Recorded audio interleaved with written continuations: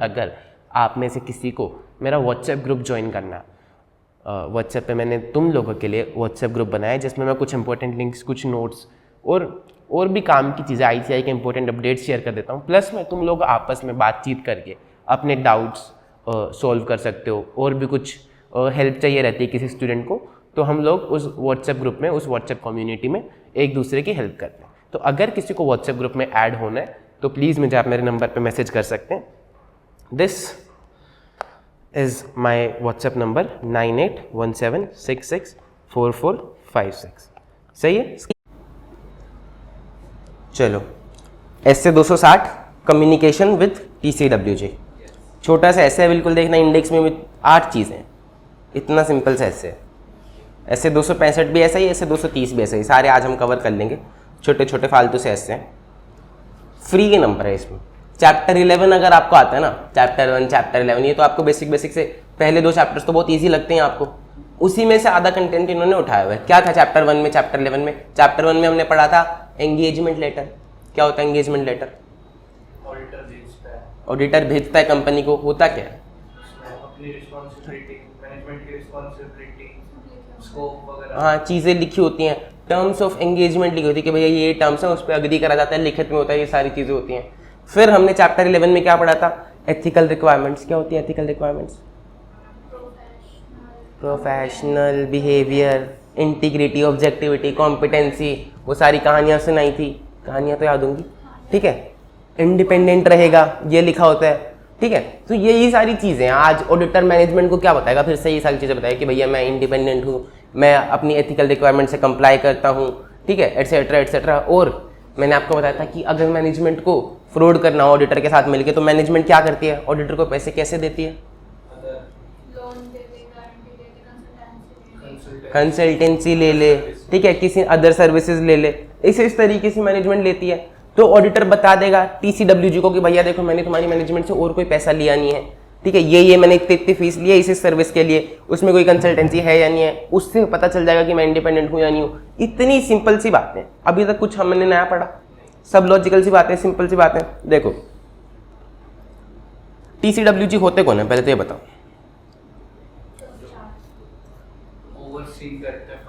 हाँ, मैंने आपको बताया था कि मैनेजमेंट है, मैनेजमेंट काम करती है, ऑर्गेनाइजेशन चलाती है, और TCWG सोफे पे बैठ के देखते हैं कि भैया सही से काम हो रहा है कि नहीं हो रहा। अंबानी जी सिर्फ देखते हैं ऊपर बैठ के, ऊपर वाला सब देख रहा, तो ऊपर बैठ के देखने को हम बोलते हैं overseeing. Overseeing the strategic direction.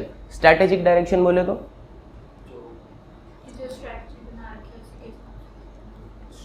कि ऑर्गेनाइजेशन को किस डायरेक्शन में लेके जाना है, क्या स्ट्रैटेजी बनानी है, कौन सा रिलायंस ट्रेंड्स खोलना है, रिलायंस ज्वेल्स खोलना है, क्या करना है, जियो लेके आना है, फ्री में सब कुछ बांटना है, that is the strategic direction. और फाइनेंशियल स्टेटमेंट्स कौन बनाता है? और TCWG उसको ऊपर बैठ के देखती है। तो overseeing the financial reporting process, कि सही से फाइनेंशियल रिपोर्ट हो रहे हैं कि नहीं हो रहे, ये है TCWG की डेफिनेशन। सही है, overseeing the strategic direction and overseeing the financial reporting process. आज नहीं पूछोगे मैडम आप, लड़की की आंखें फिर ये तो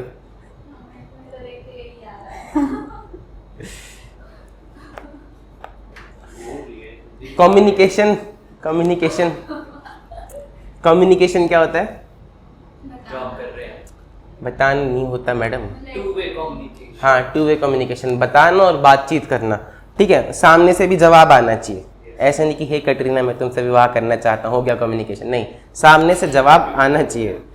N effective 2 way communication is, तो हम मैडम आपके मन में ये सवाल क्यों आ रहा है? आपने वरुण धवन को भेजा था क्या? अच्छा चलो, an effective 2 way communication is important in assisting TCWG and auditor understanding the matters relating to audit, developing a constructive working relationship. हम डॉन भी TCWG से बात करता था, क्या पूछता था? क्या काम है, कब तक हो जाना चाहिए, क्या काम है, मतलब वो समझना चाह रहा है कि भैया मेरे को क्या क्या करने का है ऑडिट में, ठीक है। और एक वर्किंग रिलेशनशिप बनाएगा कि भैया मैं तुमको एक कम्युनिकेशन करूँ और तुम मेरे को सामने से जवाब दोगे, सिंपल सी, ठीक है। फिर TCWG जब सब कुछ देख ही रही है कि ऑर्गेनाइजेशन में कल क्या होने वाला है, आज क्या हो रहा है, फाइनेंस सही से बन रहे कि नहीं बन रहे, तो हमें उनसे बात करके एंटिटी के बारे में समझ में आ जाएंगी सारी चीजें, ठीक है। तो सेकंड डब्बे में auditor in this help auditor in assisting in obtaining TCWG information relevant to the audit, जैसे कि understanding the entity and its environment, sources of evidence की हमें एविडेंस कहाँ से मिल सकता है, and providing information about specific transactions और इवेंट्स, कि कोई स्पेसिफिक ट्रांजेक्शन होने वाली है, कोई इवेंट होने वाला है एंटिटी में, कोई मर्जर एक्विजिशन होने वाला है, तो उस चीज़ के बारे में हमें इन्फॉर्मेशन TCWG से मिल सकती है। ठीक है, अब ऑडिटर ऑडिट करेगा, सब कुछ देखेगा, तो ऑडिटर का काम सिर्फ ये नहीं होता कि भैया वो देखे, उसका काम होता है अगर उसको कोई गलती मिले, कोई कमी मिले, डेफिशिएंसी मिले, तो वो बता भी दे कि भैया ऐसे कर लो तो सही हो जाएगा। तो उससे TCWG को भी हेल्प मिलेगी सही से मॉनिटरिंग करने में। So third advice, overseeing the financial it assists TCWG in fulfilling their responsibility to oversee the financial reporting process, thereby reducing the risk of material misstatements। सही है, कम्युनिकेशन से हेल्प होती है TCWG की भी, ताकि वो फाइनेंशियल रिपोर्टिंग प्रोसेस को अच्छे से ओवरसी कर पाए और रिस्क को कम कर पाए। अब सही है, ये तो उनकी रिस्पांसिबिलिटी नहीं थी कि वो फाइनेंशियल रिपोर्टिंग प्रोसेस को देखें। हाँ, रिस्पॉन्सिबिलिटी है TCWG की। ऑडिटर ने बताया कि सर ऐसे कर लोगे तो ज़्यादा बेटर है, तो अब उनको हेल्प मिलती है कि और अच्छे से देख पाए, अच्छे से मॉनिटर कर पाए, प्लस रिस्क कम हो जाए मटेरियल मिसस्टेटमेंट का। सही है। ऑब्जेक्टिव्स क्या हैं ऐसे 260 के अकॉर्डिंग? कम्युनिकेट करना रिस्पॉन्सिबिलिटीज ऑफ ऑडिटर, कि भैया हमारी क्या रिस्पॉन्सिबिलिटी है, TCWG से रेलिवेंट इन्फॉर्मेशन लेना, TCWG को अपनी ऑब्जर्वेशंस बताना, टाइमली बताना, और एक इफेक्टिव टू वे कम्युनिकेशन को प्रमोट करना। सिंपल है। ऑब्जेक्टिव्स आई डोंट थिंक कि आपको याद करने की ज़रूरत है, तो हाँ, आई डोंट थिंक कि आपको याद करने की ज़रूरत है, और ये ऐसा कुछ आएगा भी। नीचे देखो, मैटर्स टू बी कम्युनिकेटेड, ये आपको याद करने की ज़रूरत है। पहले चैप्टर में अपन ने क्या पढ़ा था कि ऑडिटर की क्या रिस्पॉन्सिबिलिटी होती है, forming and expressing an opinion on financial statement. ठीक है।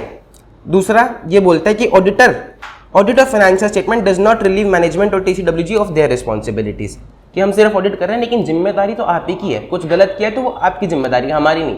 ये अपन ने पहले चैप्टर में पढ़ा था। फिर हमने दूसरे चैप्टर में क्या पढ़ा था, don't push the scope, timing and direction. ठीक है, तो देखो plan, scope, timing and direction, ये भी हम ऑडिटर TCWG के साथ कम्युनिकेट करते हैं। The auditor shall communicate with TCWG plan, scope and timing of audit which includes significant risk identified by the auditor. सही है। फिर तीसरा चैप्टर था रिस्क असेसमेंट, कि ऑडिटर एंटिटी की अंडरस्टैंडिंग लेगा, रिस्क को समझेगा, कोई भी पॉइंट मिलेगा तो उसको बताएगा कि भैया ये देखो ऐसे हो रहा है, उसके रीजंस मांगेगा। सेम देखो, significant findings from the audit, the auditor shall communicate with TCWG significant qualitative aspects of entity accounting practices, and where applicable the auditor shall explain to TCWG why the auditor considers significant accounting practice that is acceptable under AFRF not to be the most appropriate। इसका मैंने आपको एक example दिया था कि for example हाँ depreciation का example दे रहा हूँ कि AFRF बोलता है SLM या WDV में डेप्रिसिएशन लगा लो, ठीक है, लेकिन आपकी एंटिटी है एयरक्राफ्ट वाली। एयरक्राफ्ट में क्या होता है कि गवर्नमेंट बोलती है कि भाई 10 साल तक ही आप एक एयरक्राफ्ट को यूज कर सकते हो, उसके बाद आप यूज नहीं कर सकते, उसको स्क्रैप करना पड़ेगा, क्योंकि अब वो सेफ नहीं है पैसेंजर्स के लिए। 10 साल हो गए बहुत है, या फिर 5 साल हो गए बहुत है, इस तरह की कोई पॉलिसीज होती है गवर्नमेंट की। तो अब एंटिटी लगा रही है WDV पे डेप्रिसिएशन, लेकिन 10 साल के बाद जब उसकी वैल्यू 0 ही होने वाली है, क्या WDV में वैल्यू 0 होती है? तो अप्रोप्रिएट डेप्रिसिएशन का मेथड कौन सा हुआ? SLM। लेकिन AFRF बोलता है कि कुछ भी लगा लो, तो मैनेजमेंट WDV लगा रही है, तो ऑडिटर बताएगा कि भैया AFRF के हिसाब से तो ठीक है, लेकिन आपकी एंटिटी के हिसाब से वो ठीक नहीं, आपको SLM फॉलो करना चाहिए। बात समझ में आई? पॉइंट समझ में आया? इनको आज याद कर लेना, जाके याद कर लोगे तो दिमाग में रह जाएगा। सिग्निफिकेंट डिफिकल्टीज, उसको कुछ हुई, मैनेजमेंट उसको वो एविडेंस मांगने जा रहा है, मैनेजमेंट बार बार करिए हम पे तो है ही नो, कर लो क्या करोगे। तो अगर मैनेजमेंट कोई डिफिकल्टीज क्रिएट कर दिए, कोई सिग्निफिकेंट डिफिकल्टीज आई, तो वो TCWG के साथ कम्युनिकेट करेगा। Unless all TCWG all are involved in managing the entity, significant matters arising during the audit that were discussed with management written representations। significant matter कोई भी arise हुआ तो वो TCWG के साथ डिस्कस करेगा, प्लस मैनेजमेंट से उसने जो भी रिटर्न रिप्रेजेंटेशंस ली हैं जिन भी चीज़ों के बारे में, वो भी TCWG से बताएगा। क्यों बताएगा?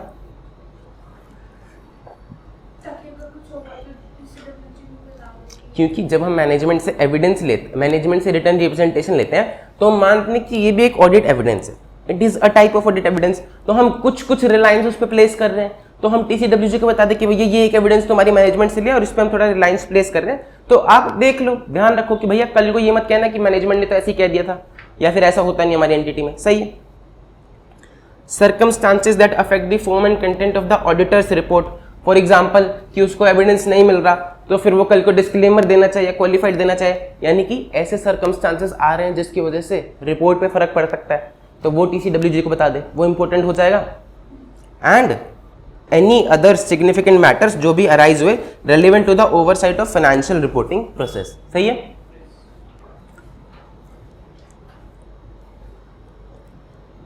फिर देखो वो वाली बात कि भैया अगर मैनेजमेंट को फ्रॉड करना होगा तो मैनेजमेंट कंसल्टेंसी के थ्रू पैसे दे देती है, तो ऑडिटर TCWG को बताएगा कि मेरी कितनी नेटवर्क फर्म्स है। नेटवर्क फर्म्स तो आप समझते हो, है ना, नेटवर्क फर्म्स कितनी है, उनसे कौन सी कंसल्टेंसी सर्विसेज दी है, और ये बता देगा कि भैया मैं इंडिपेंडेंट हूं, ठीक है, मैं मिला हुआ नहीं हूं, मैंने इस तरह से पैसे नहीं लिए। देखो, in case of listed entities the auditor shall communicate with TCWG firm and network firms have complied with the relevant ethical requirements. हम सब ने एथिकल रिक्वायरमेंट्स के साथ कंप्लाई किया।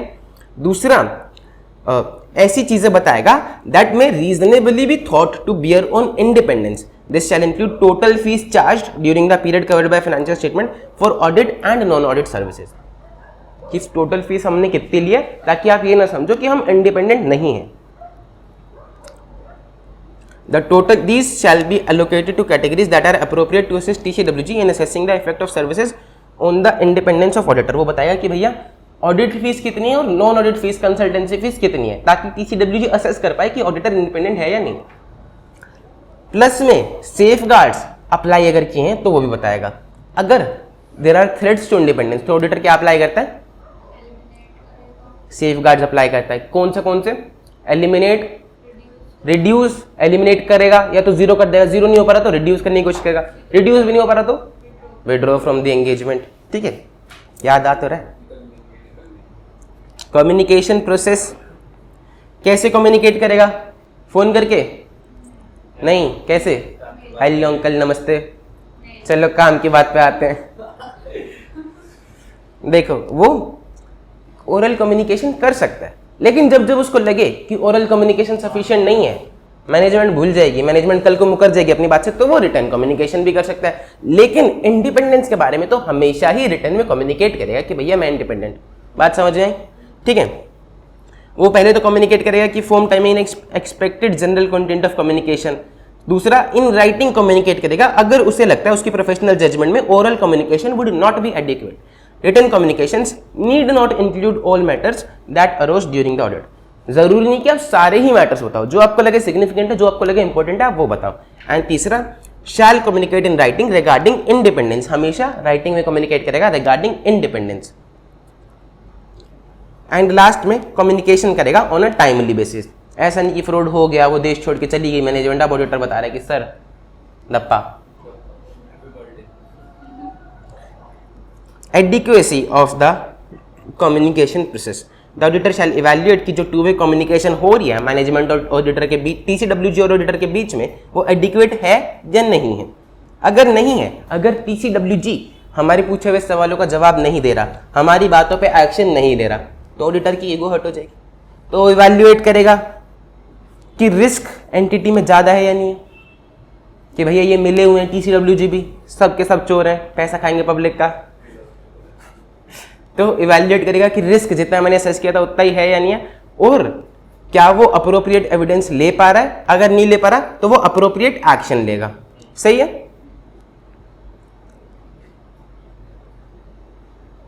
फिर ये बोल रहा है when matters required by 260 to be communicated orally, the auditor shall include them in audit documentation and when and to whom they were communicated।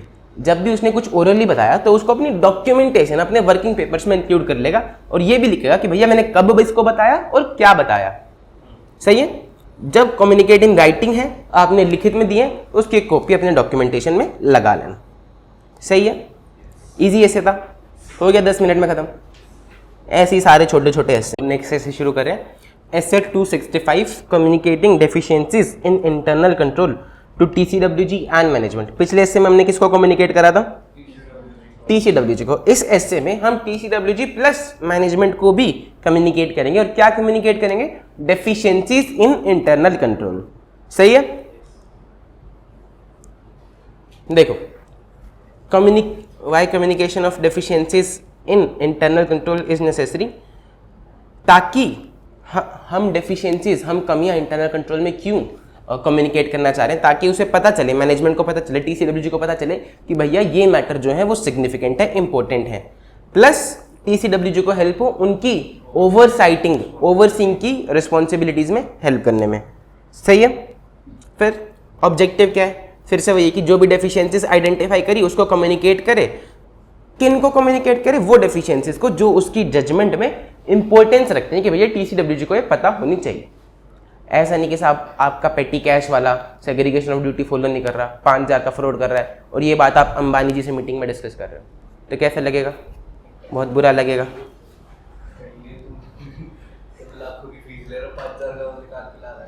Sir 5,000 का तो आपका लड़का पिज्जा खा गया हमारा। Deficiency in internal control, deficiency का मतलब क्या होता है? यानी कि अगर कोई इंटरनल कंट्रोल प्रिवेंट, डिटेक्ट या करेक्ट नहीं कर पा रहा है मिसस्टेटमेंट को, तो उसको हम बोलते हैं डेफिशिएंसी इन इंटरनल कंट्रोल। या फिर कंट्रोल है ही नहीं, control necessary to prevent detect is missing. ठीक है? फिर significant deficiency in internal control क्या होती है? सिग्निफिकेंट डेफिशिएंसी, सिग्निफिकेंट का मतलब वो होता है which is of sufficient importance to merit the attention of TCWG, कि इतनी लायक तो है वो डेफिशिएंसी कि भैया अंबानी जी को पता नहीं चाहिए। सही है?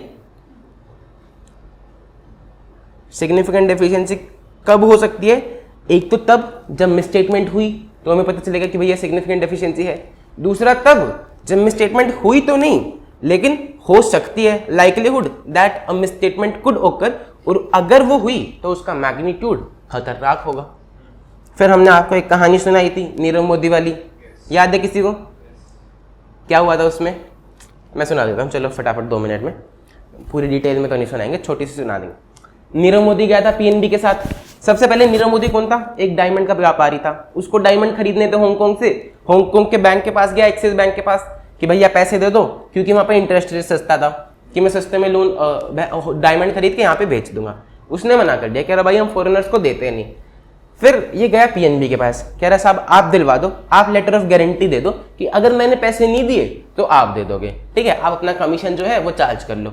तो PNB ने क्या करा? एक खाता खुलवाया एक्सिस बैंक के अंदर, और उस खाते में एक्सिस बैंक ने लोन ट्रांसफर करा।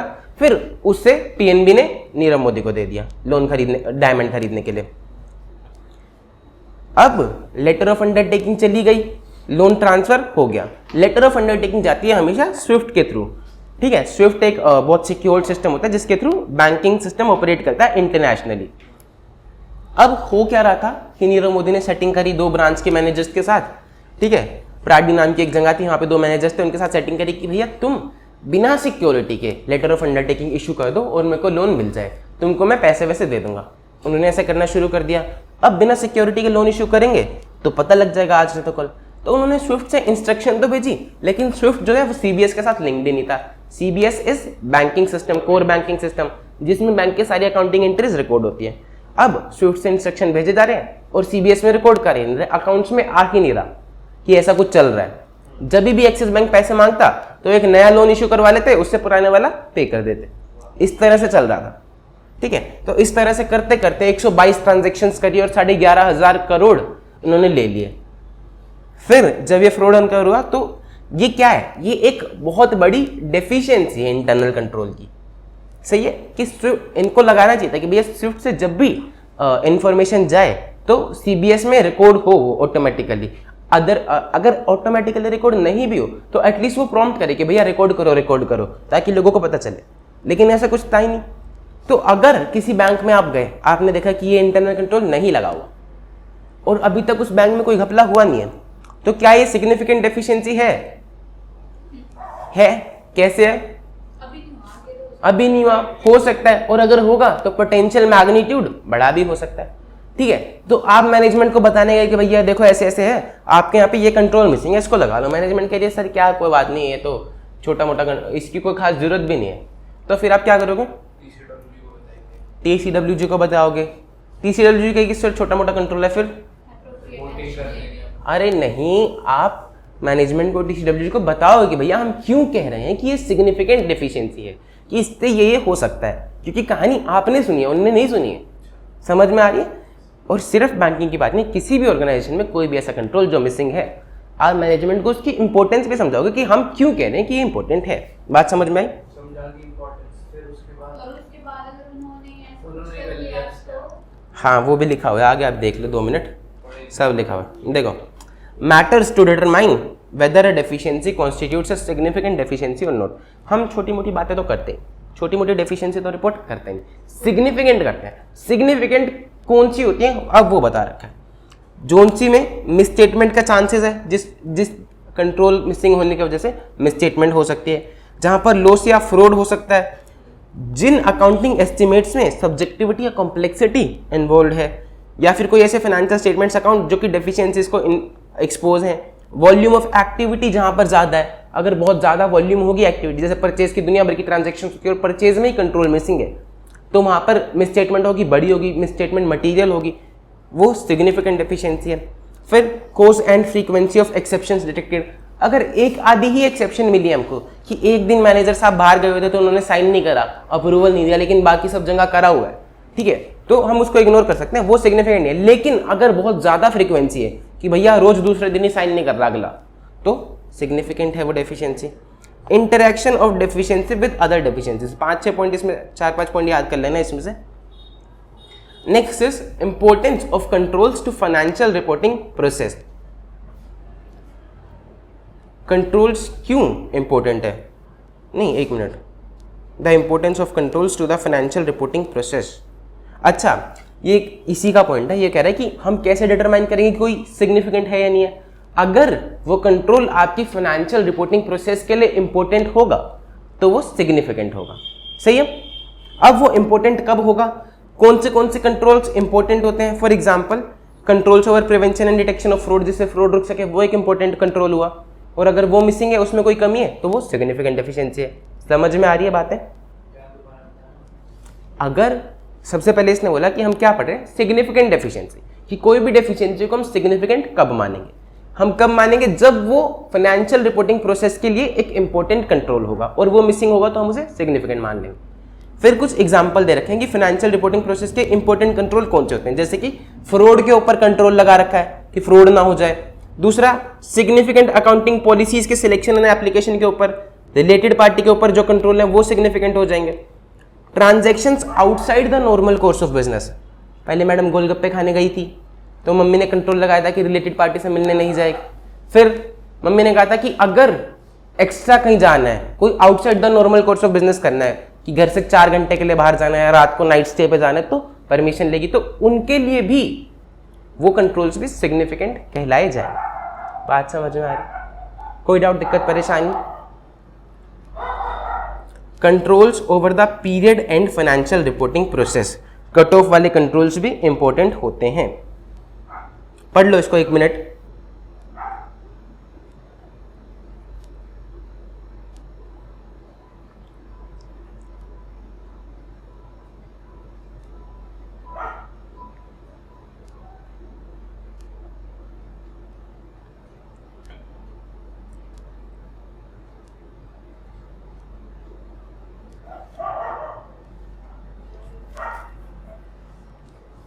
पढ़ें आगे।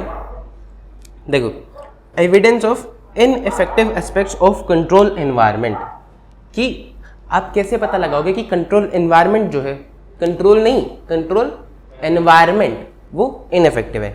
सबसे पहला कि ट्रांजैक्शंस प्रॉपरली स्क्रूटनाइज ही नहीं हो रही, यानी कि अप्रूवल प्रॉपरली नहीं हो रहा, या फिर देखी नहीं जा रही, कोई भी कैसे भी रिकॉर्ड कर दे रहा है, तो कंट्रोल एनवायरनमेंट खराब है।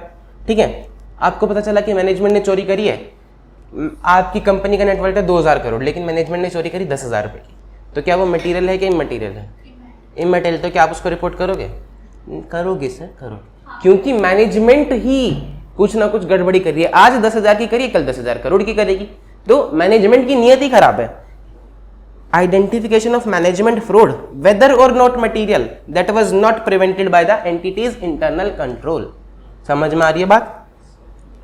या फिर कोई चीज पता चली, आपने बताई कि भैया ये देखो ये कंट्रोल में गड़बड़ी है, मैनेजमेंट ने कोई एक्शन लिया ही नहीं, तो उसमें भी हम कहेंगे कि कंट्रोल एनवायरनमेंट में इनएफिशिएंसी है।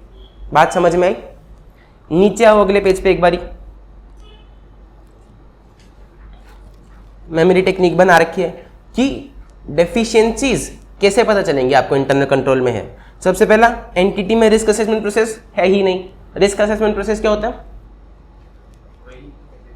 वही नहीं, एंटिटी में रिस्क असेसमेंट प्रोसेस क्या होता है? ये तो रिस्क असेसमेंट प्रोसीजर्स होते हैं। खुद भी तो करती है, उस देख के काम पे एंटिटी कंट्रोल्स लगाती है। कंट्रोल्स कैसे लगाएगी? उससे पहले उसको पता होना चाहिए कि रिस्क कहाँ कहाँ है। रिस्क कहाँ कहाँ है उसके लिए एक कमेटी बैठती है जो कि पता लगाती है कि भैया रिस्क यहाँ यहाँ हो सकता है। एक प्रोसेस होती है, पूरा डिस्कशन होता है, ये होता है वो होता है, ये मैंने आपको क्लास में समझाया था। तो हम देखेंगे कि एंटिटी में रिस्क असेसमेंट प्रोसेस है क्या। अगर नहीं है तो मतलब इंटरनल कंट्रोल का एनवायरनमेंट खराब है पर इनइफेक्टिव है।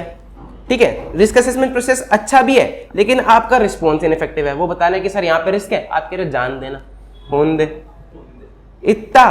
इतना इनइफेक्टिव रिस्पॉन्स है कि पिछले साल की मिसस्टेटमेंट आप अब डिस्क्लोज कर रहे हो कि भैया पिछले साल गलती हो गई थी, अब पता चली तो अब बता दे रहे हैं आपको। एंड एविडेंस है, मैंने मतलब इतना है कि इतना इनइफेक्टिव है कि पिछले साल की मिसस्टेटमेंट आप अब डिस्क्लोज कर रहे हो, यानी कि मैनेजमेंट की इनएबिलिटी का सबूत है ये कि मैनेजमेंट अच्छे से ओवरसी नहीं कर पा रही। आओ एक बार ऊपर आओ, क्या पढ़ रहे हैं हम? Indicators of significant deficiencies in internal control. पहला, absence of risk assessment process. Risk assessment process है ही नहीं, है पर इनइफेक्टिव है। इनइफेक्टिव नहीं है, अच्छा है लेकिन आपका रिस्पॉन्स इनइफेक्टिव है। फिर इतना इनइफेक्टिव है कि पिछले साल की मिसस्टेटमेंट का डिस्क्लोजर आप अब दे रहे हो। समझ में आ रही है बातें? फिर इससे क्या सबूत मिलता है? ये एविडेंस है मैनेजमेंट की इनएबिलिटी का to oversee the preparation of financial statement. और जो मिसस्टेटमेंट डिटेक्ट करी ऑडिटर के प्रोसीजर ने, वो प्रिवेंट डिटेक्ट नहीं कर पाया था एंटिटी का internal control.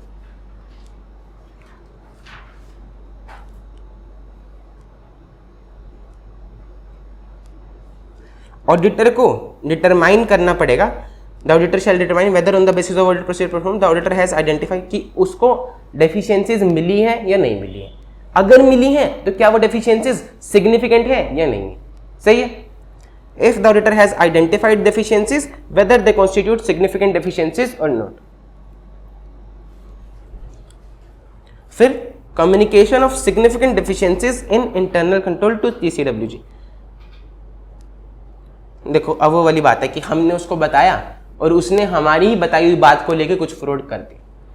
The auditor shall also communicate to management on a timely basis कि कोई भी सिग्निफिकेंट डेफिशिएंसीज उसको इंटरनल कंट्रोल में मिलती है, या फिर the auditor has communicated or intends to communicate to TCWG। Auditor management को बताएगा कि भैया ये सिग्निफिकेंट डेफिशिएंसीज है, ये या तो मैंने TCWG को बता दी है ऑलरेडी या फिर मैं अभी बताने वाला हूं। सही है? Unless it would be inappropriate to communicate directly to management. लेकिन ऑडिटर पहले ये भी देख लेगा कि इस मैनेजमेंट को बतानी चाहिए कि नहीं बतानी चाहिए, कहीं खुद ही फ्रॉड तो नहीं कर देगी मेरी बात सुन के। ठीक है? Unless it would be inappropriate. और ऑडिटर देखेगा अगर उसको कोई अदर डेफिशिएंसीज मिली ड्यूरिंग द ऑडिट जो कि मैनेजमेंट ने कम्युनिकेट नहीं करी बट उसके जजमेंट में वो सफिशिएंट इंपॉर्टेंस रखती है। जैसे कि मैनेजमेंट को पता है कि स्विफ्ट CBS से लिंक नहीं है, पर मैनेजमेंट को ये नहीं लगता, मैनेजमेंट को लगता है कि कोई बात नहीं है तो क्या, हम सारी एंट्री रिकॉर्ड करते हैं, सारी मॉनिटरिंग करती है। मैनेजमेंट के लिए शायद वो इतनी इंपॉर्टेंस नहीं थी लेकिन ऑडिटर को पता है कि उसकी इंपॉर्टेंट है, तो ऐसी कोई भी डेफिशिएंसी उसको मिलती है तो वो TCWG को कम्युनिकेट करेगा जो उसकी जजमेंट में सफिशिएंट इंपॉर्टेंस रखती है। बात समझ में आई? देखो फिर वो वाली बात जो मैंने आपको बताया था कि आप पहले तो उनको ये बताओगे कि डेफिशिएंसी क्या है और उसके इफेक्ट क्या हो सकते हैं। दूसरा, आप उनको कहानी भी सुनाओगे ताकि उनको कंटेक्स्ट समझ में आए, to understand the context sufficient information दोगे। सही है? एंड लास्ट में in particular the auditor shall explain कि भैया मेरा काम है ओपिनियन को एक्सप्रेस करना। ठीक है? मेरा काम ये नहीं है कि मैं आपके इंटरनल कंट्रोल्स को देखूं या फिर उस पर उनकी इफेक्टिवनेस पे कोई ओपिनियन एक्सप्रेस करूं, फाइनेंशियल स्टेटमेंट पे एक्सप्रेस करूं। सही है? और जो मैटर्स मैंने आपको बताए हैं, जो डेफिशिएंसीज मैंने आपको बताई हैं, वो सिर्फ उतनी ही है जो मेरे को अपना काम करते टाइम दिख गई हैं, एक्सक्लूसिव नहीं है, कंक्लूसिव नहीं। बात समझ में आई? उतनी ही है, प्लस सिर्फ वो वाली जो उसको लगा कि इंपॉर्टेंस रखती है आपको बतानी चाहिए। कोई डाउट, दिक्कत, परेशानी इस ऐसे के किसी पॉइंट में? मैडम जी चलो फिर खत्म करते हैं ऐसे, छोड़ो ऐसे 450 हम शुरू करते हैं। ये है इवैल्यूएशन ऑफ मिस स्टेटमेंट्स, सही है। Evaluation of miss statements identified during the audit. हमने डोन वाली कहानी सुनी थी, क्या करता था डोन, बताओ? बंदे भेजता था कि टपका दो, नहीं क्या, फोन करता था, कहाँ से? एसटीडी से। क्यों करता था एसटीडी से? क्यों करता? ताकि उसकी पहचान छुपी रहे, कोई उसको पकड़ ना पाए। क्या वो मीटिंग में आता था? नहीं आता था, किसी के सामने भी नहीं आता था, हमेशा छुप के रहता था। लेकिन एक दिन डोन जा रहा था एसटीडी से फोन करने के लिए, तो उसको पुलिस ने देख लिया। अब पुलिस पीछे पीछे, डोन आगे आगे, दोनों रास्ते में फास्ट एंड फ्यूरियस बना रहे हैं, एकदम सब कुछ सही चल रहा है, ठीक है। इतने में इसका फोन आता है, मुकुंद का फोन आता है कि सर सर सर, क्या बोला ये कि सर इन्होंने चाय के बिन्ने लगा रखे, देख लो पूरे 50 रुपए का फ्रॉड कर रखा है, मैं क्या करूं सर इनका? पहले तो वो सोचता है कि फोन उठा के गलती कर दी, फोन रखने लगता है, इतने में वो डिस्ट्रैक्ट हो गया। अब वो जो फास्ट एंड फ्यूरियस था वो पुलिस के हाथ में आ गया, ठीक है। पुलिस ने घेर लिया, पुलिस गाड़ी से उसको निकाल के कॉलर पकड़ के, और वो इसको गालियां दे रहा है किसकी वजह से फंसा, ठीक है। अब वो अपना दिमाग लगा के जैसे तैसे करके पुलिस वाले को काबू में करता है, एक बंदूक छीनता है, बंदी बनाता है और सबको कहता है कि मैंने इसको बंदी बना दिया, तुम सब पीछे हो जाओ, अपने हथियार डाल दो, ये वो। इतने में इसका दोबारा फोन आता है, कह रहा सर, क्या बोला? सर देखो कैलकुलेटर को ना फिक्स सेट दिखा रखा है, कह रहे 3 साल तक यूज करते हैं, 500 रुपए का कैलकुलेटर नहीं है इनका, क्या करूं मैं? तो उसने फोन रखा, इतने में फिर डिस्ट्रैक्ट हुआ, पुलिस ने फिर पकड़ लिया, ठीक है। अब फाइनली जैसे तैसे करके वो बचा, पुलिस से वापस अपने अड्डे पे पहुंचा, अपने ऑफिस में पहुंचा। उसने पहले इसको बुलाया। बुला के क्या करेगा? इसको समझाया, हाँ तुड़ाई करेगा, इसके हाथ पैर बांधे और इसको मारा पीछे, जब तक ये रो नहीं दिया कि सर नहीं सर, सर गलती है कि सर माफ कर दो। तो कह रहा क्यों करा तूने ऐसा, क्या करना चाहिए था इसको?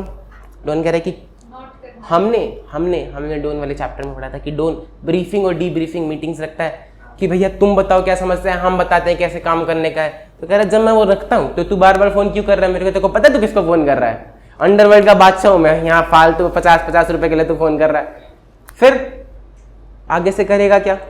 नहीं करेगा। क्या करेगा आगे से? क्या कह रहा है? फोन करेगा क्या? नोट करेगा कि भैया ये चीजें हैं, ये मेरे को पूछने का। अच्छा चलो नोट तो कर लेगा। और कैसी कैसी चीजें नोट करेगा? क्या चाय के बिल नोट करेगा क्या? नहीं करेगा, क्योंकि अगर चाय के बिल नोट करेगा तो अगली बार मीटिंग में मारेगा इसको।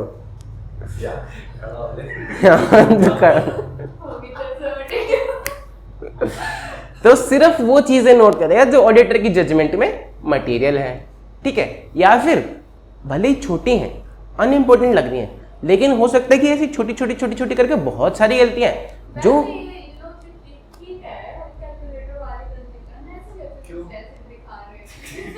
हाँ तो गलती है ना।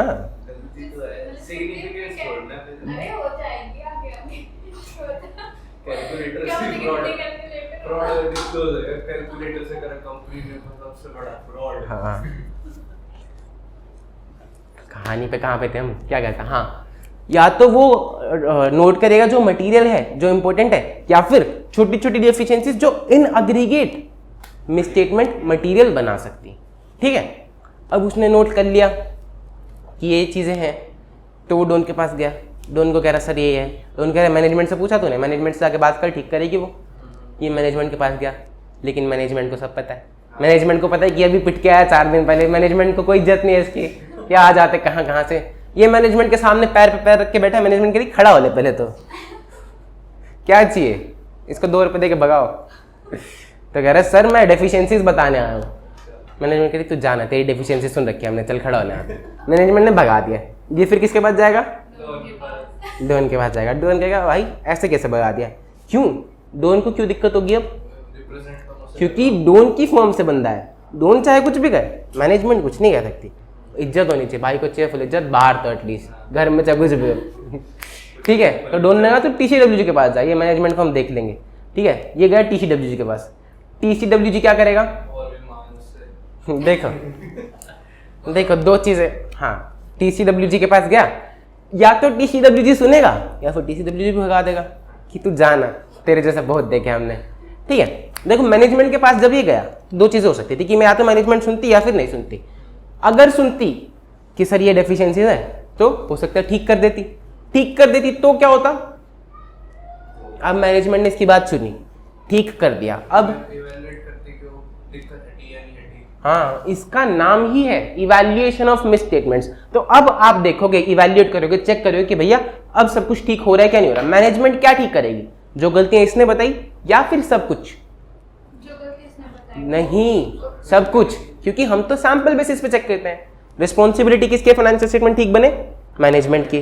तो इसने सैंपल बेस पे चेक करके बताया कि सर ये गलतियां हैं, तो मतलब आपके इंटरनल कंट्रोल में कुछ कमी है। आप उसको देखो कि क्या कमी है, प्लस सब कुछ ठीक करो। मैनेजमेंट ने 4 दिन बाद आगे कहा कि सर देखो सब कुछ ठीक कर दिया, अब आप देखो, अब आपको गलती नहीं मिलेगी। तो अब ये क्या करेगा? इवैल्यूएट करेगा कि भैया सब कुछ ठीक हो भी गया कि नहीं हो गया। सैंपल साइज बढ़ाएगा, फिर से एक बार देखेगा कि भैया बाकी चीजें भी ठीक हो गई हैं कि नहीं होगी, ठीक है। एक केस तो ये था जब मैनेजमेंट ने सुन लिया, एक केस था फिर जब मैनेजमेंट ने नहीं सुना तो फिर ये TCWG के पास गया। TCWG के पास गया, उनने भी नहीं सुना, फिर ये डोन के पास गया, रोता रोता मैं नहीं जाऊंगा सर, बेइज्जती कराता रहता आप मेरी।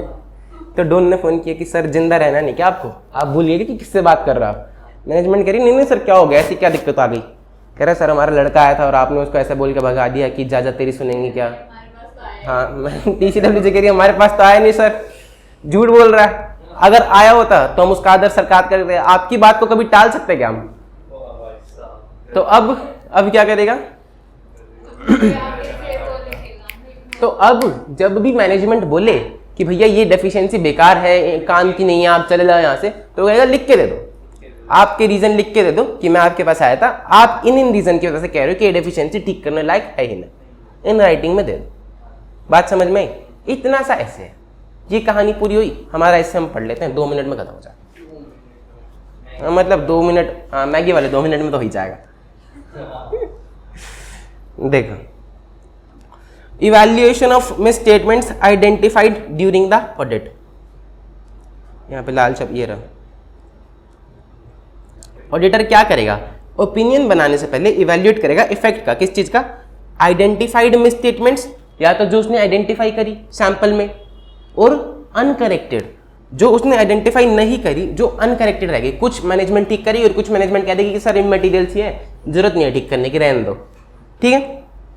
इवैल्यूएट करेगा कि उनका इफेक्ट क्या आ रहा है, ठीक है। फिर accumulation of miss statements identified during the audit. Auditor क्या बार बार फोन करके पूछेगा क्या? accumulate करेगा, लिखेगा, ठीक है। Auditor shall accumulate misstatements identified other than those that are clearly trivial, यानी कि जो इनसिग्निफिकेंट सी है। बात समझ में आई? फिर एग्जांपल दे रखे हैं, वो नहीं पढ़ रहे हम। Consideration of identified misstatement as the audit progresses. देखो, ऑडिटर डिटरमाइन करेगा, अगर उसको बहुत ज्यादा मटेरियल मिस स्टेटमेंट मिली तो डोन क्या बनाता था? स्ट्रैटेजी बनाता था, strategy, scope, timing, direction, audit program बनाता था। तो वो देखेगा ना कि भैया हमको अपनी स्ट्रैटेजी मॉडिफाई करने की जरूरत है या नहीं है। अगर हमें मिस स्टेटमेंट मिली जा रही तो हमें डिटेल में बनानी पड़ेगी और ज्यादा चेकिंग करनी पड़ेगी। Auditor shall determine whether the overall audit strategy and the audit plan needs to be revised if nature of identified misstatements and the circumstances of their occurrence indicate that other misstatements that may exist when aggregated and accumulated could be material। कि जो भी बाकी misstatements है, छोटी misstatement है, जो भी other, मतलब इस फाइनेंशियल स्टेटमेंट में अदर मिसस्टेटमेंट हो सकती है जो कि इकट्ठी होके मटेरियल हो जाए। बात समझ में आई? छोटी छोटी मिसस्टेटमेंट जो कि इकट्ठी होके मटेरियल हो जाए, plus the aggregate of misstatement accumulated during the audit determined approaches materiality. एक तो ये चीज कि आपने जो मिसस्टेटमेंट्स निकाली उनका एग्रीगेट ही मटेरियल बन रहा है। दूसरा, आपने जो नहीं निकाली अदर मिसस्टेटमेंट जो हो सकते हैं क्योंकि वो हमारे सैंपल में नहीं था, उनको एग्रीगेट करेंगे तो वो मटेरियल हो जाएगी। इन दोनों चीजों के इफेक्ट वो देखेगा और वो देखेगा कि क्या मेरे को अपना nature, audit plan, scope, timing, direction change करना चाहिए कि नहीं करना चाहिए। और वीडियो वाले बच्चों को अगर डोन वाली कहानी नहीं पता है तो वो चैप्टर 2 में है, ऑडिट स्ट्रैटेजी प्लानिंग प्रोग्राम में, और उसकी वीडियो डली हुई।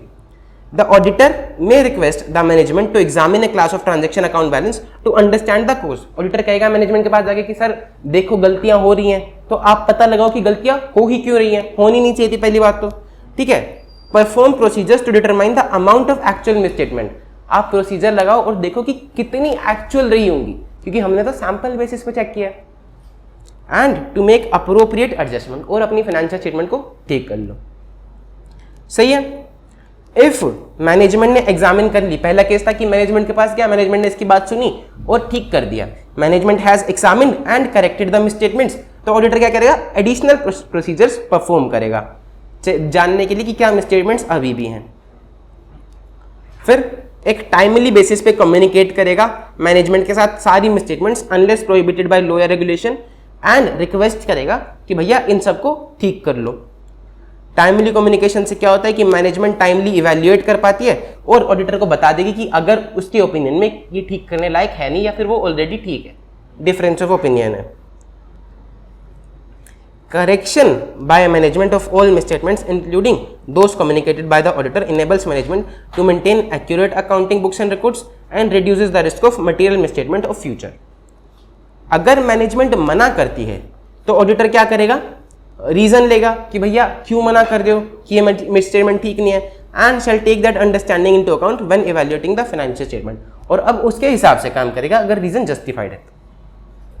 Evaluating the effect of uncorrected misstatements, management ने कुछ मिसस्टेटमेंट्स ठीक करी और कुछ नहीं करी, तो अब ऑडिटर करेगा रीअसेस मटीरियलिटी कि भैया ये मिसस्टेटमेंट्स मटीरियल है या नहीं है, और इसके हिसाब से क्या मुझे अपना मटीरियलिटी लेवल ऊपर नीचे करना चाहिए क्या नहीं करना चाहिए. वो देखेगा कि क्या उसका मटीरियलिटी लेवल स्टिल अप्रोप्रिएट है या नहीं है.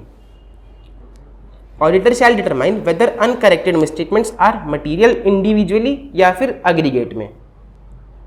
उसके लिए वो साइज और नेचर देखेगा मिसस्टेटमेंट्स का, और इफेक्ट देखेगा अनकरेक्टेड मिसस्टेटमेंट्स का ऑफ प्रायर पीरियड, कि अगर पिछले साल की भी कोई मिसस्टेटमेंट जो कि अनकरेक्टेड है उसका भी इफेक्ट देखेगा और देखेगा कि क्या ये मटेरियल है या नहीं.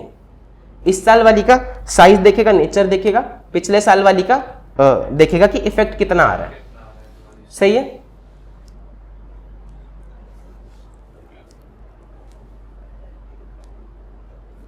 कम्युनिकेशन विद टीसीडब्ल्यूजी, अब देखो मैनेजमेंट ने मना कर दिया तो वो टीसीडब्ल्यूजी के पास जा सकता है, ठीक है. Auditor shall communicate TCWG uncorrected misstatements and their effect that it may have on the opinion, कि भैया तुम ठीक कर लो वरना हम अपनी ओपिनियन चेंज कर देंगे. सही है. The auditor shall request uncorrected misstatements to be corrected. The auditor shall also communicate the effect of uncorrected misstatements related to prior period, कि ये प्रायर पीरियड पिछले साल की गलतियां थी, इनको भी आप ठीक कर लो, इनका ये इफेक्ट आ रहा है. फिर एक रिटर्न रिप्रेजेंटेशन ले लेगा मैनेजमेंट से जब उसको चाहिए. जब मैनेजमेंट या टीसीडब्ल्यूजी बोले कि उन्हें लगता है कि अनकरेक्टेड मिसस्टेटमेंट्स इममटीरियल हैं, हम ठीक कर नहीं रहे, हमें जरूरत भी नहीं ठीक करने की क्योंकि वो इममटीरियल है. सही है. ऐसी summary written representation, a summary of such items shall be included in or attached to the written representation. Documentation में क्या क्या आना चाहिए, the amount below which material misstatement would be regarded as trivial. सबसे पहले आपका डॉक्यूमेंटेशन में आपका मटीरियलिटी का अमाउंट आएगा कि भैया इससे नीचे के अमाउंट हमने इनसिग्निफिकेंट समझे हैं. सही है. फिर all misstatements accumulated whether they have been corrected, जो भी मिसस्टेटमेंट्स थी क्या वो करेक्ट हो गई हैं, और ऑडिटर के कंक्लूजन में जो मिसस्टेटमेंट्स अनकरेक्टेड है, जो करेक्ट नहीं करी है, क्या वो मटेरियल है या इमटेरियल है. सही है. समझ में आ गया. इजी था, मोस्टली कहानी में से ही आ गया. हाँ जी. अब हम शुरू करने वाले हैं इससे 560 सबसीक्वेंट इवेंट्स. सर ये इससे 560 सबसीक्वेंट इवेंट्स अजीब सा लगता है, समझ नहीं आता एडजस्टिंग नॉन एडजस्टिंग, और ये बनाया ही क्यों. सुनो मेरी बात सुनो. अब तुम ऑडिटर हो, ठीक है. कंपनी ने फाइनेंशियल स्टेटमेंट्स बनाए, 31 मार्च खत्म हुआ, कंपनी ने 10-15 दिन लगा के अपने फाइनेंशियल स्टेटमेंट्स कंपाइल किए, सब बढ़िया तरीके से प्रॉफिट दिखाया और इश्यू कर दिया कि भैया 10 करोड़ का प्रॉफिट है, और कंपनी का शेयर प्राइस एकदम बढ़ रहा है, फुल एकदम आसमान को छू रहा है. फिर तुम आए एज एन ऑडिटर, तुमने ऑडिट करा, 15-20 दिन लगा के, महीना लगा के तुमने ऑडिट करी, और फिर तुमने आके सबको बताया कि भैया देख लो सब गलत है, 10 करोड़ का लॉस है, प्रॉफिट दिखा रखा है. कट गया. क्या कट गया? कट गया ना शेयर होल्डर्स का. तो ऐसी चीजें ना हो तो क्या होता है, ऐसी चीजें नहीं होती हैं मार्केट में। क्यों नहीं होती है? क्योंकि हम फाइनेंशियल स्टेटमेंट्स तब इशू करते हैं जब ऑडिट रिपोर्ट आ जाती है। ऑडिट रिपोर्ट के साथ फाइनेंशियल स्टेटमेंट्स इशू करते हैं, इसीलिए हमेशा लिखा होता है ऑडिटेड फाइनेंशियल स्टेटमेंट्स। चलो अब एक बात बताओ, कंपनी की जिम्मेदारी है 31 मार्च तक फाइनेंशियल स्टेटमेंट्स बनाना, उन्होंने बना दिए, सही बना दिए, तुमने ऑडिट कर दी, सही कर दी, ठीक है। उसमें एक डेटर दिख रहा था 5 करोड़ का। अब कंपनी को ऐसा लग रहा था कि भैया डेटर की माली हालत थोड़ी सही नहीं है, तो हो सकता है कल को जाके ये डेटर बैड डेट बन जाए। तो कंपनी ने प्रोविजन भी बना रखा था, भैया कुछ भी हो सकता है, कल को देखते हैं। 31 मार्च तक वो डेटर सही था, ठीक है। कंपनी ने 10-15 दिन लगाए, फाइनेंशियल स्टेटमेंट्स बनाई। अब तुम ऑडिट कर रहे हो 15 दिन के बाद, 20 दिन के बाद। अब 5-6 अप्रैल के पास वो डेटर हो गया बैड डेट। अब तुम ऑडिट करके इशू कर दोगे तो कंपनी का शेयर प्राइस बढ़ेगा, लेकिन इतना बड़ा मेजर बैड डेट हो गया, पता नहीं कंपनी के देने पड़े हुए और शेयर प्राइस उधर से बढ़ रहा है। तो कल को शेयर होल्डर आके तुम्हें मारेगा कि नहीं मारेगा कि यार पहले बता दिया होता, जब तुझे पता ही था ऑर्डर भाई कि उसका डेटर बैड डेट हो गया तो हमको बताया क्यों नहीं। तुम कहोगे हाँ सर बताना तो चाहिए, लेकिन तुम बताना चाह रहे हो, तुमने कहा कंपनी से इसको दिखाओ, बैड डेट दिखाओ, अब तो हो गया। कंपनी कह रही सर अपना डील हुआ था 31 मार्च तक के फाइनेंशियल स्टेटमेंट्स बनाने, 31 मार्च तक की एकदम सही बना रखे, आप देख लो चाहे तो, कोई गलती हो बता दो 31 मार्च तक की, ये तो 5 अप्रैल को हुआ है, इसके लिए हम जिम्मेदार नहीं है। 31 मार्च तक की बात हुई है, 5 मई के लिए हम जिम्मेदार नहीं है, सही है। तो अब एज एन ऑडिटर तुम क्या करोगे? फंस गए तुम तो दोनों तरफ से। मैनेजमेंट कह रही 31 मार्च तक, उनके बात भी सही है। शेयर होल्डर कह रहे भाई जब तेरे को पता ही था तो हमारे पैसे क्यों डुबवा रहा है? तेरा काम ही क्या है कि हमारा कॉन्फिडेंस बढ़े, तू तो काम ही उल्टे कर रहा है सारा। तो ऑडिटर तो बेचारा फंस गया। इसीलिए अकाउंटिंग स्टैंडर्ड आया, अकाउंटिंग स्टैंडर्ड 4, उसका बड़ा सा नाम है events occurring after the balance sheet date. तो हाँ, उसमें क्या होता है कि कुछ इवेंट्स को हम एडजस्ट करते हैं और कुछ को हम एडजस्ट नहीं करते। बेसिकली किसको एडजस्ट करते हैं? एडजस्टिंग इवेंट्स कौन से होते हैं? जिनका कुछ ना कुछ बैलेंस शीट डेट पे एग्जिस्ट कर रहा था, और नॉन एडजस्टिंग इवेंट्स जिनका कुछ भी बैलेंस शीट डेट पे एग्जिस्ट नहीं करता था, उनको हम एडजस्ट नहीं करते। देखो अब हम एक बार ऐसे शुरू करेंगे, ध्यान से सुनना। ये है हमारी टाइमलाइन। ईयर एंड हुआ 31 मार्च, फाइनेंशियल स्टेटमेंट 15-20 दिन बाद फाइनलाइज हुई। अब ऑडिटर आएगा, ऑडिट करेगा। ऑडिटर ऑडिट रिपोर्ट बनाकर किसको देगा? शेयर होल्डर्स को क्या? नहीं, उससे पहले देगा मैनेजमेंट को कि मैनेजमेंट एक बार देख लो जरा, मैंने ये ओपिनियन दिया है, या तो एडवर्स दिया है, क्वालिफाइड दिया है, क्लीन दिया है, या डिस्क्लेमर दिया, इस बेसिस पे ओपिनियन दिया, तुम्हारा कोई डिफरेंट पॉइंट ऑफ व्यू हो तो मुझे बता दो, फिर हम दोनों एक बार चाय पर चर्चा कर लेंगे और फिर हम फाइनेंशियल स्टेटमेंट्स फाइनली इशू कर देंगे। बात समझ में आई? तो अब 3 चीजें इस हिस्से में,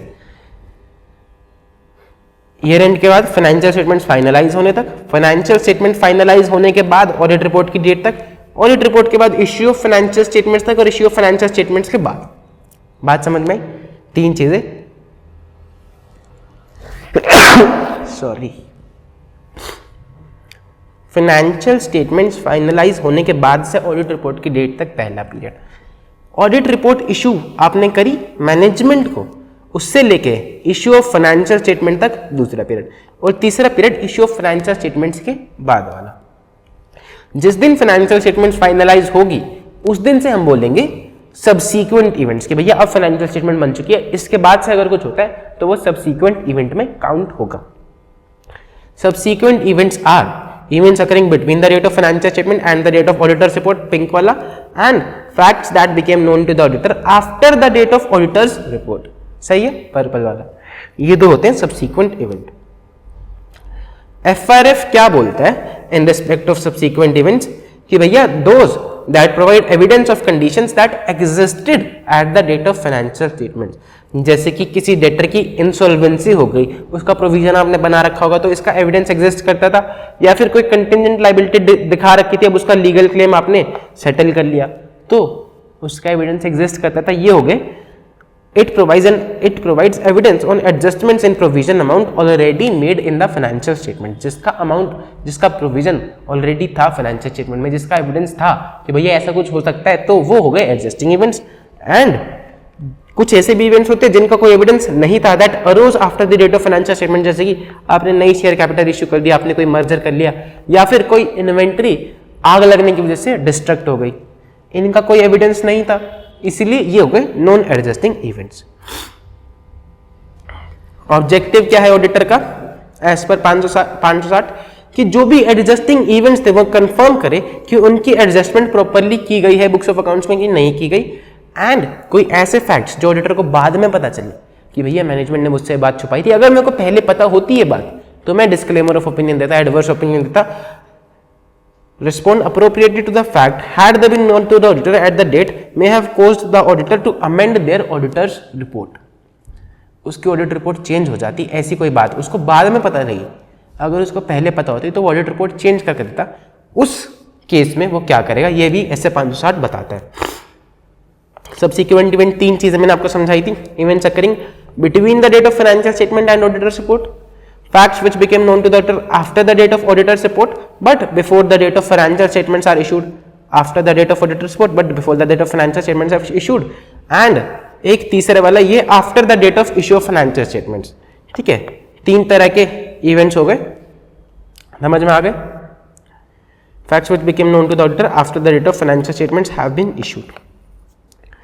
मीनिंग क्या होता है फाइनेंशियल स्टेटमेंट को इश्यू कर देना, यानी कि या तो आपने made available to third party public में इश्यू कर दी या फिर आपने रेगुलेटरी अथॉरिटी के साथ फाइल कर दी कि आपके पास से जाके अब किसी और के पास चली गई है, उसको हम बोलते हैं इश्यू करना फाइनेंशियल स्टेटमेंट्स को। बात समझ में आई, इश्यू करना।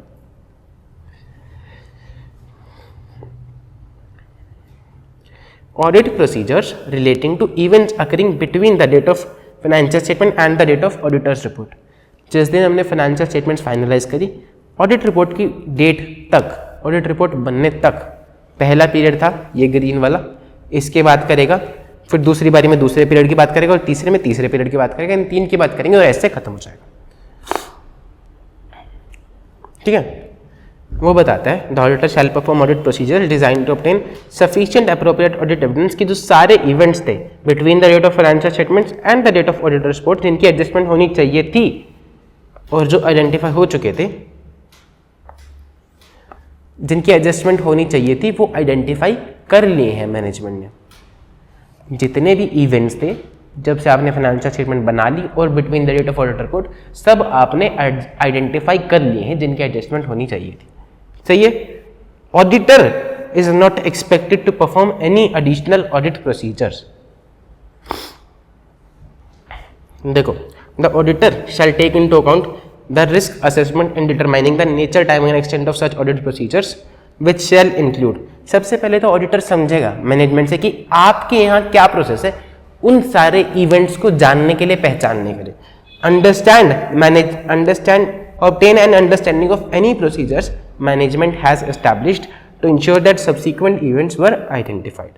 फिर मैनेजमेंट से इंक्वायरी करेगा कि भैया जो भी प्रोसेस लगाई थी जानने के लिए, क्या उससे कुछ पता चला, क्या कोई सब्सिक्वेंट इवेंट्स हुए हैं। मिनट्स ऑफ मीटिंग पढ़ेगा, क्योंकि अगर कुछ हुआ होगा तो इन्होंने बातचीत तो करी होगी मीटिंग में, तो मिनट्स ऑफ मीटिंग से भी पता लग सकते हैं। And latest subsequent interim financial statements भी पढ़ सकता है कि वहाँ पर कोई डेटा पॉइंट आया है क्या, कि कोई इन्होंने बैड डेट दिखाया है क्या, या फिर कुछ और दिखाया है क्या, कि फाइनेंशियल स्टेटमेंट्स में तो दिख ही सकता है ना। When as a result of the procedure performed, auditor identify events that require adjustment, उसने आइडेंटिफाई कर लिए ऐसे इवेंट्स जिनकी एडजस्टमेंट होनी चाहिए, तो वो डिटरमाइन करेगा कि क्या अप्रोप्रिएटली रिफ्लेक्टेड है या नहीं है। ऑडिटर रिक्वेस्ट करेगा मैनेजमेंट से एक रिटन रिप्रेजेंटेशन दे दो कि भैया सारे इवेंट्स एडजस्ट कर दिए हैं और डिस्क्लोज कर दिए हैं जो जो एडजस्ट होने चाहिए थे। सही है, ये था तो द इवेंट्स जिस दिन से फाइनेंशियल स्टेटमेंट बन गई till the date of auditor's report. क्या करेगा, प्रोसेस समझेगा, आपके यहाँ की प्रोसेस क्या, इंक्वायरी करेगा कि कुछ पता चला क्या, मिनट्स ऑफ मीटिंग देख लेगा और लास्ट में सब्सिक्वेंट इंटरिम फाइनेंशियल स्टेटमेंट्स देख लेगा।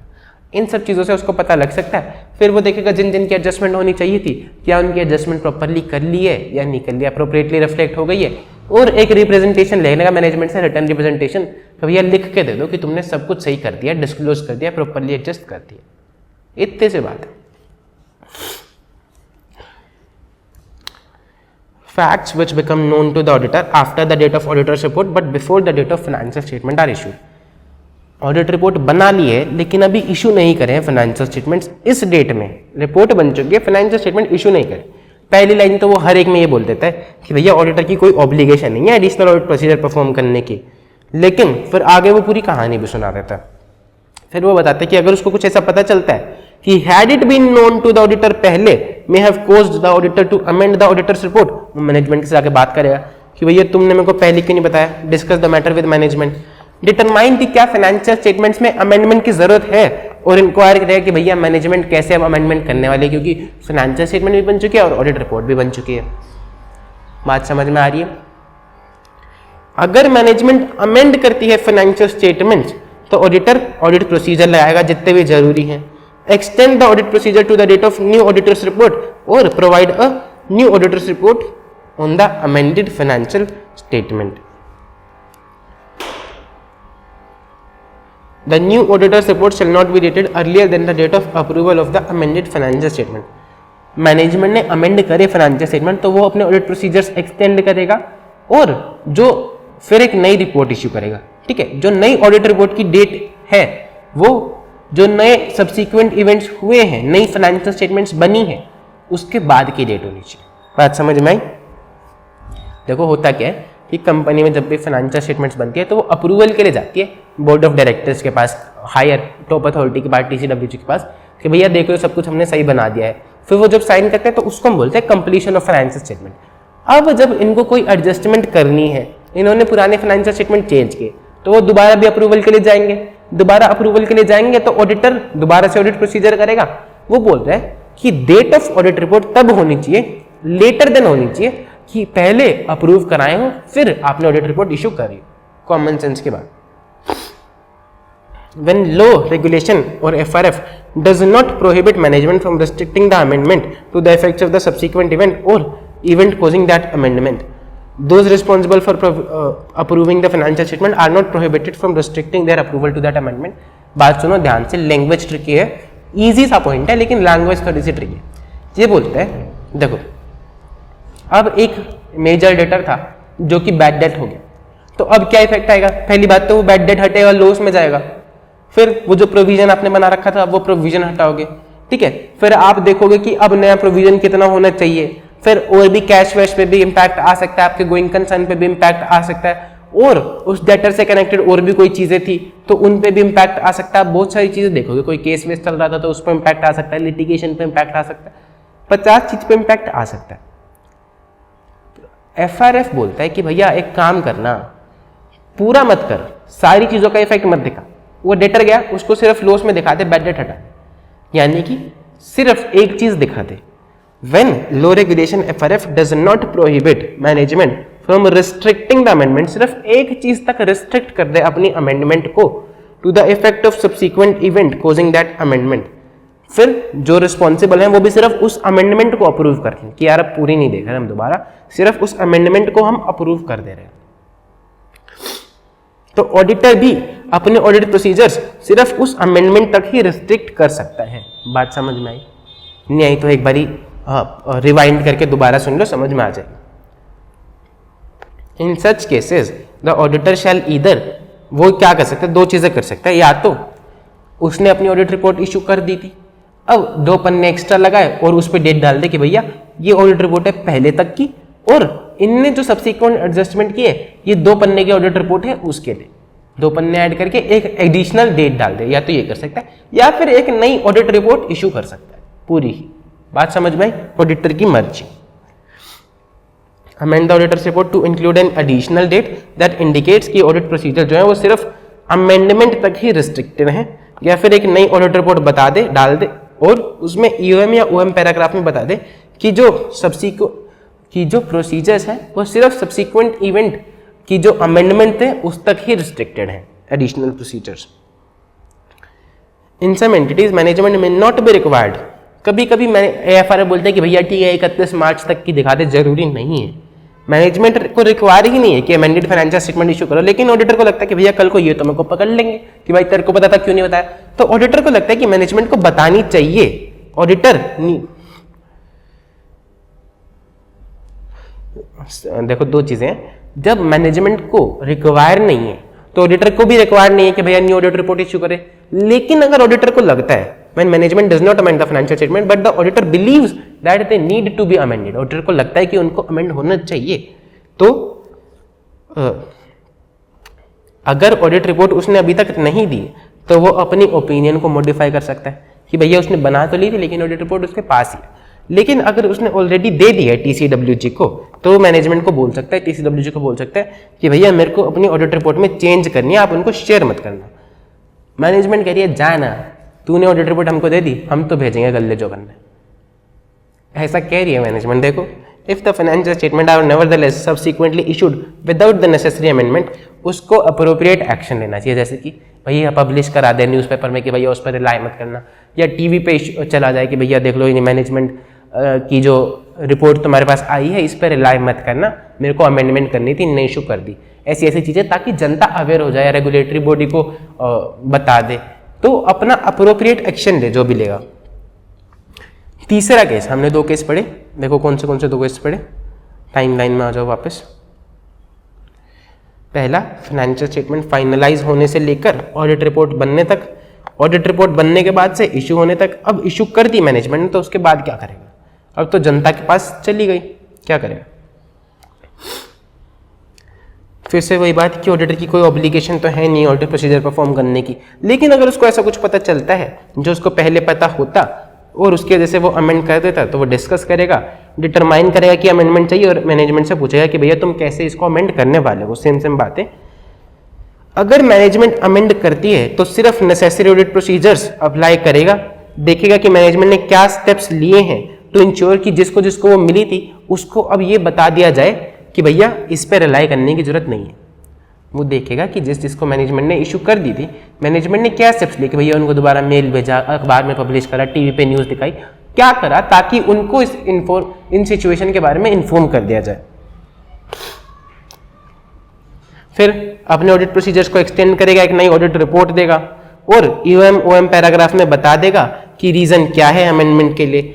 अगर मैनेजमेंट नेसेसरी स्टेप्स नहीं लेती है तो इंश्योर कि जिसको जिसको मिली थी उसको पता लग जाए कि भैया ऐसा ऐसा है और हम चेंज करने वाले हैं, तो ऑडिटर मैनेजमेंट को नोटिफाई करते कि भैया मैं टीवी पे चला जाऊंगा, I will prevent the future reliance, I will seek to prevent future reliance on auditor's report, मैं टीवी पे चला जाऊंगा, मैं अखबार में पब्लिश कर दूंगा। अगर इसके बाद भी मैनेजमेंट नहीं मानती है, डीट है बिल्कुल कतई डीट, TCWG do not take necessary steps, the auditor shall take appropriate action. बात समझ में आई? फिर ऑडिटर कर ले उसको जो करना। ये था आपका ऐसे 560 सब्सीक्वेंट इवेंट्स। आई होप आपको समझ में आ गया होगा। प्लीज़ कमेंट करके बता देना कि समझ में आया, कुछ रह गया। कोई भी डाउट दिक्कत परेशानी हो मुझे व्हाट्सएप कर देना, I will reply to your comments. ठीक है, व्हाट्सएप ग्रुप में ऐड होना हो तो मुझे व्हाट्सएप कर देना 9817664456। चलो, आज की वीडियो में हम पढ़ने वाले हैं ऐसे 580 रिटर्न रिप्रेजेंटेशन। बहुत ही ईजी सा, बहुत ही छोटा सा ऐसे, अभी 5 मिनट में तुमको समझ में आ जाएगा, याद भी हो जाएगा बहुत सारी चीज़ें। सिंपल सा, इसमें कुछ है नहीं ज़्यादा। ठीक है, फटाफट शुरू करते हैं, फटाफट खत्म करते हैं। कितने 6 पेज का तो ऐसे सारा है। रिटर्न रिप्रेजेंटेशन होती क्या है? पहले बाबूजी ने डेफिनेशन दी है। रिटर्न रिप्रेजेंटेशन होती है एक रिटर्न स्टेटमेंट जो कि मैनेजमेंट हमें देती है, जिससे क्या होता है हमें कुछ मैटर्स कंफर्म हो जाते हैं और कोई और ऑडिट एविडेंस होता है तो उसके सपोर्ट में हम ये रिटर्न रिप्रेजेंटेशन लगा लेते हैं। ठीक है यार, इस वीडियो में बहुत ज़्यादा चीज़ें समझाऊंगा नहीं, लेकिन एक बार तुम्हें फटाफट रिवाइज करा दूंगा कि तुमने अपनी क्लास में जो चीज़ें ऑलरेडी पढ़ी होंगी वो तुम्हें याद आ जाएंगी। इसमें क्या नहीं आता, मैनेजमेंट ने फाइनेंशियल स्टेटमेंट्स दी तो क्या वो रिटर्न रिप्रेजेंटेशन है? वो रिटर्न रिप्रेजेंटेशन नहीं होती है। हम अलग से लेते हैं रिप्रेजेंटेशन कि भैया ये जो फाइनेंशियल स्टेटमेंट है ये कंप्लीट है, लिख के दो। आपने हमें सारी इन्फॉर्मेशन प्रोवाइड कर दी है, लिख के दो। ये होते हैं रिटर्न रिप्रेजेंटेशन। फाइनेंशियल स्टेटमेंट्स या फिर जो अजर्शंस होती हैं वो रिटर्न रिप्रेजेंटेशंस नहीं होती हैं। ऑडिट एविडेंस का मतलब क्या होता है? Information use by the auditor in arriving at conclusion, जिस हम ऑडिट ओपिनियन को बेस करते हैं। अगर मैनेजमेंट रिटर्न रिप्रेजेंटेशन प्रोवाइड करने से मना करती है तो उससे क्या होता है, ऑडिटर को शक होने लगता है कि भैया कुछ तो गड़बड़ चल रही है, कुछ तो गड़बड़ है ना। इट में alert the auditor that significant issues में एग्जिस्ट। रिटर्न रिप्रेजेंटेशन क्या ऑडिट एविडेंस होता है? हाँ जी सर, बिल्कुल होता है, इसीलिए तो हम ले रहे हैं। इसमें बोला ही कि रिटर्न रिप्रेजेंटेशन एक ऑडिट एविडेंस होता है जिस पे ऑडिटर अपना ओपिनियन बेस कर सकता है। तो आप गए मैनेजमेंट के पास, आपने कहा कि मैनेजमेंट लिख के दो कि सारी फाइनेंशियल स्टेटमेंट्स सही हैं। मैनेजमेंट ने लिख के दे दिया, आपने कहा लो भैया मैनेजमेंट ने लिख के दे दिया, हमने ऑडिट एविडेंस ऑब्टेन कर लिया, हमने कंक्लूजन दे दिया और क्लीन रिपोर्ट। तो क्या आप ऐसा कर सकते हो? नहीं कर सकते। क्यों नहीं कर सकते? क्योंकि रिटर्न रिप्रेजेंटेशन ऑडिट एविडेंस तो होती है, लेकिन sufficient and appropriate audit evidence होती नहीं है। रिटर्न रिप्रेजेंटेशन का मतलब क्या होता है? मैं तुम्हें एक छोटी सी कहानी सुनाता हूँ। मैं एक बार गया था, चलो छोड़ो वो छोड़ो, तुम मैनेजमेंट के साथ बैठे हो एनुअल जनरल मीटिंग में, मैनेजमेंट प्रेजेंट कर रही है, आपने ऑडिट रिपोर्ट साइन करके दे रखी है, भैया क्लीन रिपोर्ट ये वो एकदम बढ़िया है सब कुछ। मैनेजमेंट में उसमें फाइनेंशियल स्टेटमेंट्स में लिखा हुआ है कि 50 लाख के क्रेडिटर्स है। उसी एजीएम में एक बंदा खड़ा होता है कि ये कैसे लिखा हुआ, 1 करोड़ तो मैंने ही लेना कंपनी से, तुमने 50 लाख कैसे लिखा हुआ? तो तुम मैनेजमेंट की तरफ देखते हो, तुम उसको कहते हो कि भैया मैंने सब कुछ चेक किया, सारे वाउचर सब कुछ कंप्लीट था, 50 लाख के वाउचर्स थे, 50 लाख मैंने चेक कर दिया, सब कुछ ड्यू डिलिजेंस के साथ किया। तुम मैनेजमेंट की तरफ देखते हो, क्या कह रहे हैं, इनने तुमसे 1 करोड़ लेने? मैनेजमेंट कह रही है हाँ लेने तो हैं। तो मैनेजमेंट कह रही तुम्हारे अकाउंट्स में क्यों नहीं दिख रहा था? कह रहे सर वो आधे अकाउंट्स आपको दिए थे, 2-4 रजिस्टर और पड़े थे, वो हमने आपको दिए ही नहीं। कह रहा क्यों नहीं दिए? क्योंकि आपने हमसे मांगे ही नहीं। तो तुमने कंप्लीट इन्फॉर्मेशन नहीं दी? नहीं सर, क्योंकि आपने हमसे मांगी नहीं। अब कल को जाके अगर ऐसी सिचुएशन होगी तो कौन फंसेगा? मैनेजमेंट की गलती है, लेकिन तुम्हारे नाम के ऊपर भी काला धब्बा पड़ जाएगा कि देखो कैसी हरकतें चल रही हैं इस कंपनी में, कैसा ऑडिटर है। तो कल को जाके ऐसी हरकतें ना हो, इसलिए तुम मैनेजमेंट से रिटर्न रिप्रेजेंटेशन लेते हो कि भैया लिख के दे कि तूने सारी फाइनेंशियल स्टेटमेंट जितनी इंफॉर्मेशन थी सब में वो कंप्लीट प्रोवाइड करा है, अपनी रिस्पॉन्सिबिलिटीज पूरी करी है, इसीलिए जरूरी है रिटर्न रिप्रेजेंटेशन। बात समझ में आ रही है? Written representation provide necessary audit evidence but they do not provide sufficient and appropriate audit evidence. आपको बाकी ऑडिट प्रोसीजर्स तो करने ही पड़ेंगे, बाकी ऑडिट एविडेंस तो आपको लेने ही पड़ेंगे। ऑब्जेक्टिव्स ऑफ ऑडिटर, सबसे पहला मैनेजमेंट से रिटर्न रिप्रेजेंटेशन लेना कि भैया तुमने अपनी responsibility for the preparation of financial statement and मुझे इंफॉर्मेशन की कंप्लीटनेस, तुमने इंफॉर्मेशन जो मुझे प्रोवाइड की वो कंप्लीट की, अपनी रिस्पॉन्सिबिलिटीज फुलफिल की, इन 2 चीजों के बारे में रिटर्न रिप्रेजेंटेशन ले ले। दूसरा, बाकी जो ऑडिट एविडेंस उसने इकट्ठा किया है फाइनेंशियल स्टेटमेंट से, उसके सपोर्ट में कि भैया जो ये केस चल रहे थे, ये वकील की फीस बढ़ गई है, तो यानी कि केस बढ़ गए हैं, तो तुमने रिटर्न रिप्रेजेंटेशन ली कि भैया तुमने कंप्लीट डिस्क्लोजर दिए हैं मेरे को, ठीक है, दूसरे ऑडिट एविडेंस को सपोर्ट करने के लिए। And to respond appropriately, management ने रिटर्न रिप्रेजेंटेशन दी या फिर नहीं दी, दोनों ही केसेस में आपके रिस्पॉन्सेज क्या रहेंगे? Appropriate responses. ऑडिटर का ऑब्जेक्टिव है कि अप्रोप्रिएटली रिस्पॉन्ड करे दोनों ही केसेस में, चाहे मैनेजमेंट ने रिटर्न रिप्रेजेंटेशन दी या फिर नहीं दी। किससे रिटर्न रिप्रेजेंटेशन लेगा ऑडिटर? मैनेजमेंट से लेगा, कंपनी के बंदे से लेगा। तुमने कहा मैनेजमेंट को कि लिख के दो कि सब कुछ सही से प्रिपेयर किया है, एफआरएफ के हिसाब से सारी कंप्लीट इन्फॉर्मेशन है, मैनेजमेंट ने लिखा और साइन करवा दी चौकीदार से, कह रहे सर कंपनी के नाम से ही तो चाहिए थी आपको, कंपनी के बंदे ने साइन कर दिया, तो क्या आप वो रिटर्न रिप्रेजेंटेशन एक्सेप्ट कर लोगे? क्यों नहीं करोगे? कंपनी का ही तो बंदा है। अरे सर नहीं करेंगे, क्योंकि उस बंदे के पास अप्रोप्रिएट रिस्पॉन्सिबिलिटी नहीं थी, उसको नॉलेज नहीं उन मैटर्स की जिसके बारे में हम रिटर्न रिप्रेजेंटेशन ले रहे हैं। तो रिटर्न रिप्रेजेंटेशन सिर्फ उसी से लेंगे जिसके पास अप्रोप्रिएट रिस्पॉन्सिबिलिटी होगी, जिसके पास प्रॉपर नॉलेज होगी। किस चीज के बारे में रिटर्न रिप्रेजेंटेशन लेंगे? सबसे पहला तो प्रिपरेशन ऑफ फाइनेंशियल स्टेटमेंट्स के बारे में, कि मैनेजमेंट ने अपनी रिस्पॉन्सिबिलिटी पूरी करी है और फाइनेंशियल स्टेटमेंट्स एएफआरएफ के हिसाब से बनाई है। एंगेजमेंट लेटर में हम लिखते थे कि भैया आपकी रिस्पॉन्सिबिलिटी है फाइनेंशियल स्टेटमेंट्स को एएफआरएफ के हिसाब से बनाना। यहां हम उनसे बोल रहे हैं कि आपने फाइनेंशियल स्टेटमेंट बनाई है एएफआरएफ के हिसाब से, आपने पूरी कर दी है कंडीशन, वो लिख के दे दो। फर्क समझ में आ रहा है? एक में हम कहते हैं कि तुम्हें ये करना है एंगेजमेंट लेटर में, एक में हम कह रहे हैं कि तुमने कर दिया तो लिख के दे दो कि तुमने कर दिया। मम्मी आपसे पूछती है कि बेटा होमवर्क करना है, मम्मी आपको कहती है कि बेटा बाजार से सब्जी लानी है, और फिर थोड़ी देर बाद मम्मी पूछती है बाजार से सब्जी ले आए थे क्या, तो लाओ सब्जी दे दो। इसी तरह से आपको फाइनेंशियल स्टेटमेंट्स एएफआरएफ के हिसाब से बनानी है। दूसरी बात, आप उससे रिटर्न रिप्रेजेंटेशन लेते हो कि आपने बना ली है फाइनेंशियल स्टेटमेंट एएफआरएफ के हिसाब से ही बनाई है, लिख के दे दो, ठीक है। For the preparation of financial statements, अभी हमने बात करी कि रिटर्न रिप्रेजेंटेशन किससे लेगा? जिसके पास अप्रोप्रिएट रिस्पॉन्सिबिलिटी होगी, जिसके पास नॉलेज होगी। अब यूजुअली वैसे तो मैनेजमेंट को सारी चीज़ों के बारे में नॉलेज होनी चाहिए, क्योंकि वो कंपनी की मैनेजमेंट है, उसने ही तो फाइनेंशियल स्टेटमेंट्स बनाए हैं, लेकिन कुछ चीज़ों के बारे में उसको नॉलेज नहीं भी हो सकती। फॉर एग्जाम्पल कोई कॉम्प्लेक्स कैलकुलेशन है, इंश्योरेंस कंपनी है, उसमें कोई बंदा एक्चुअरी वाला काम कर रहा है, उसने कुछ कैलकुलेशन लगा के एक फिगर निकाली कि भैया इतना प्रीमियम होना चाहिए इतने अमाउंट के लिए। या फिर कोई इंजीनियर है, उसको पता है कि भैया इस एयरक्राफ्ट में से इतने जो भी उनकी यूनिट होती है इतना पोल्यूशन निकलता है और इतने इन्वायरमेंटल के हिसाब से अलाउड है। तो ऐसी ऐसी चीज़ें जहाँ पर मैनेजमेंट को शायद इतनी नॉलेज नहीं है, लेकिन मैनेजमेंट के अंदर जो काम कर रहा है, कंपनी के अंदर जो काम कर रहा है रेस्पेक्टिव बंदा, उसको इतनी नॉलेज है, तो मैनेजमेंट उससे पूछ के भी आपको रिटर्न रिप्रेजेंटेशन दे सकती है। Management may decide to make inquiries of other who participate in preparing and presenting financial statements, जैसे कि एक्चुअली जो रिस्पॉन्सिबल है for determining accounting measurements, staff engineers जिनको पता है एनवायरमेंटल लायबिलिटी मेजरमेंट्स के बारे में, इंटरनल काउंसिल जो लीगल क्लेम्स को देखती है। तो इनसे पूछने के बाद भी मैनेजमेंट रिटर्न रिप्रेजेंटेशन लिख के दे सकती है। क्या मैनेजमेंट लिखित में ये दे सकती है कि ये सब सच तो है, हमारी नॉलेज है जितना उतना सच, यानी कि to the best of our knowledge ये सब सच है, जितनी हमारी समझ है उसके हिसाब से हमने सब कुछ सही लिख के दिया है। अगर उसने ऐसा लिख के दिया तो क्या आप एक्सेप्ट कर लोगे? हाँ जी, आप एक्सेप्ट कर सकते हो अगर मैनेजमेंट ने कोई क्वालिफाइंग लैंग्वेज दी है जिसमें लिखा है कि to the best of our knowledge and belief ये सब कुछ सही है। It is reasonable to accept such wording अगर ऑडिटर को लगता है that the representation are appropriate. Representation वो बंदे दे रहे हैं जो जिनके पास अप्रोप्रिएट रिस्पॉन्सिबिलिटीज है और प्रॉपर नॉलेज है। ठीक है, दूसरा हमने कहा था कि मैनेजमेंट पूछ के भी बता सकती है इंजीनियर से या फिर एक्चुअरी से। तो ऑडिटर उससे ये भी लिखवा सकता है कि भैया जहां जहां आपको जरूरत थी कि आपको पूछना चाहिए था, आपने वहां वहां पूछ के ही रिटर्न रिप्रेजेंटेशन दिया, ये भी लिख के दे दो। टू री इनफोर्स, जरूरी नहीं है लेकिन लिखवा सकता है।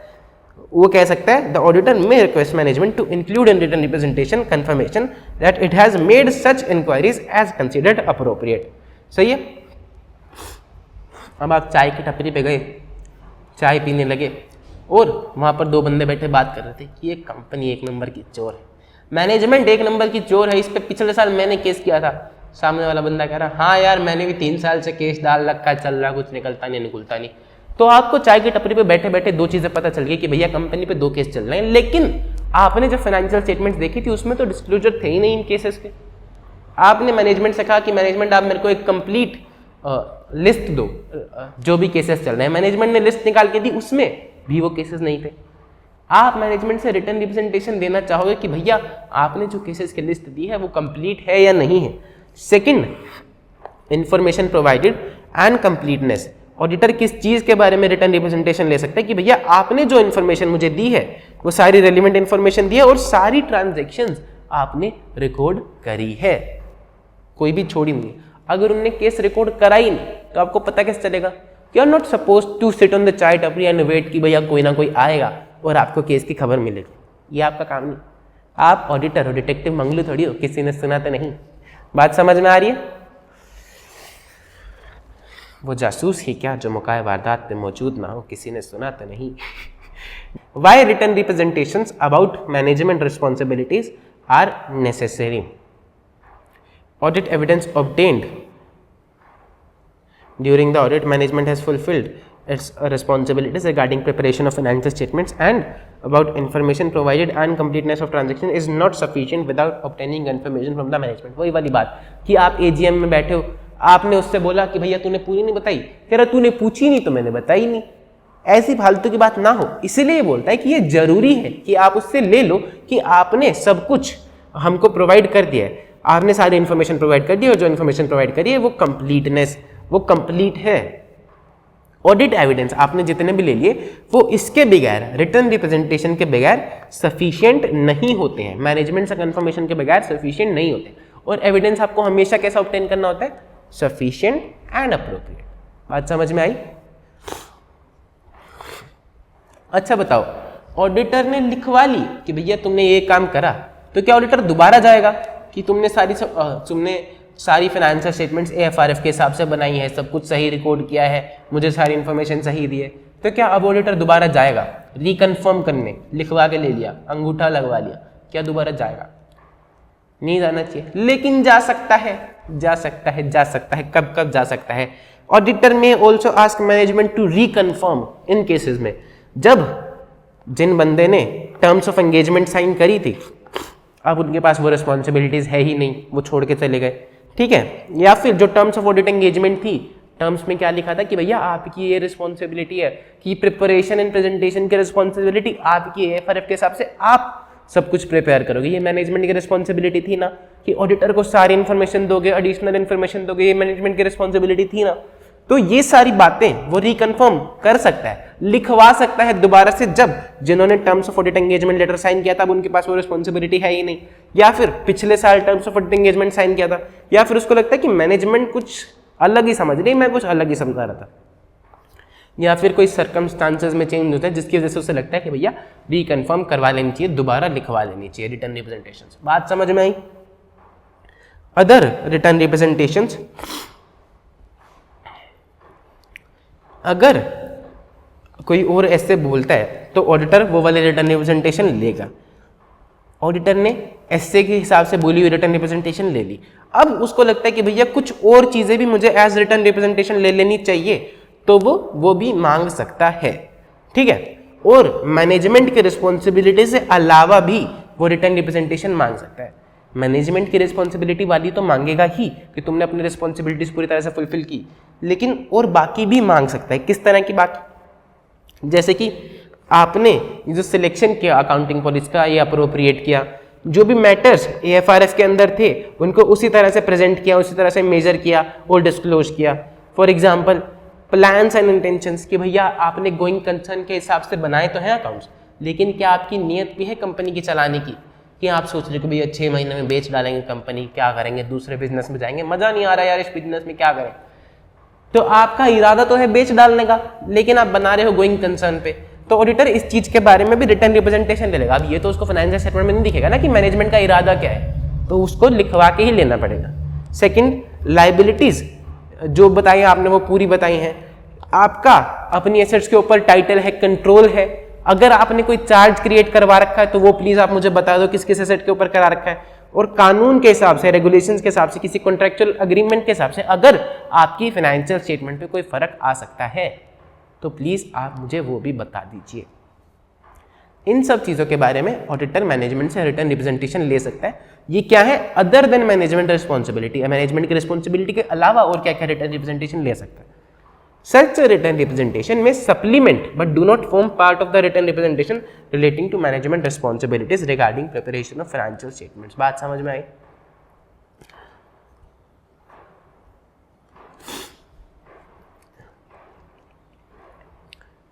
देखो, उसने कहा मैनेजमेंट से कि मैनेजमेंट आपने गोइंग कंसर्न के हिसाब से बनाए हैं, लेकिन पहली बात तो आप लिख के दे दो कि आप चलाओगे कंपनी को, आपका इरादा है चलाने का, ठीक है। फिर तुम ऑडिट करने जाते हो, मैनेजमेंट ने लिख के दे दी कि भैया हम चलाएंगे, हम कंपनी को लंबे टाइम तक चलाना चाहते हैं, हम बेचना नहीं चाहते हैं। तुमने देखा कि कंपनी के पास कैश ही नहीं है, 4 महीने का कैश पड़ा है, कंपनी तो बंद हो जाएगी 4 महीने बाद, तो कैसे चलेगा?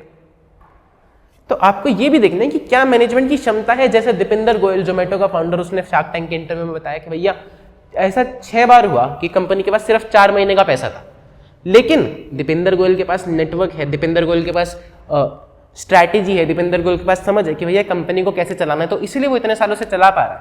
तो उसको पता है कि भैया अगर पैसा कम बच जाए तो क्या चीज़ें अडॉप्ट करनी है।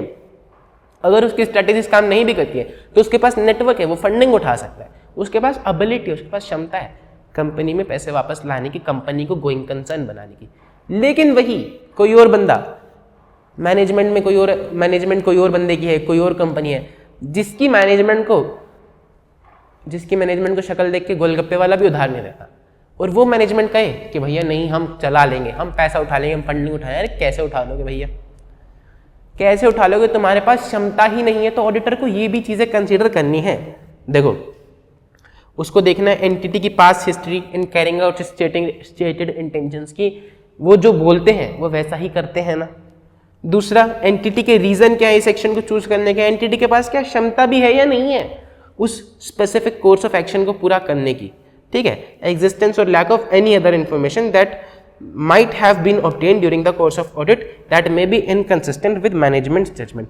कोई और ऐसी चीज है जो इनकंसिस्टेंट रही होगी ऑडिट करते टाइम मैनेजमेंट की रिप्रेजेंटेशन को छोड़ के और वो एविडेंस को छोड़ के आ रहे हैं, तो इन सब चीज़ों को ऑडिटर इवैल्यूएट करेगा। ऐसा नहीं कि मैनेजमेंट ने लिख के दे दिया और आप मान लो।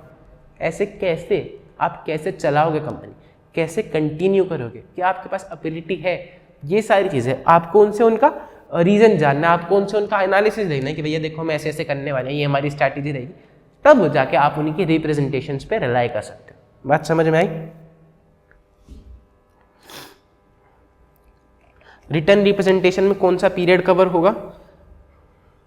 Date of written representation shall be as near as practicable to but not after the date of auditor's report. Report देने से पहले ही तो रिटर्न रिप्रेजेंटेशन लोगे ना, तो उनकी डेट भी पहले की होनी चाहिए। रिटर्न रिप्रेजेंटेशन होती क्या है? ऑडिट एविडेंस, जिनके बेस पे आप रिपोर्ट बनाते हो। तो रिटर्न रिप्रेजेंटेशन की date should be as near as practicable to auditor's report की डेट। बात समझ में आई? But not after. Written representation are necessary audit evidence और ऑडिटर की report can not be dated before the date of written representation. फिर period, जितना भी पीरियड ऑडिटर की रिपोर्ट में कवर हुआ है उस सब के लिए आप रिटर्न रिप्रेजेंटेशन ले लोगे।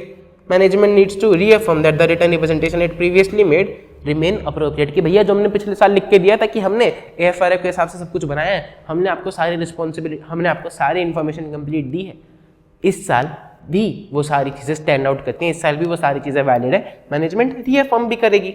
मैनेजमेंट को रीअफर्म भी करना चाहिए, management needs to reaffirm. Situation may arise जब current management were not present during all the periods. देखो 6 महीने बाद कंपनी की मैनेजमेंट बदल गई, तो आपने रिटर्न रिप्रेजेंटेशन ली कि भैया सब कुछ फाइनेंशियल स्टेटमेंट्स AFRF के हिसाब से बना रखा है। मैनेजमेंट कहेगी सर हम तो 6 महीने पहले आए, उससे पहले तो कोई और था तो क्या?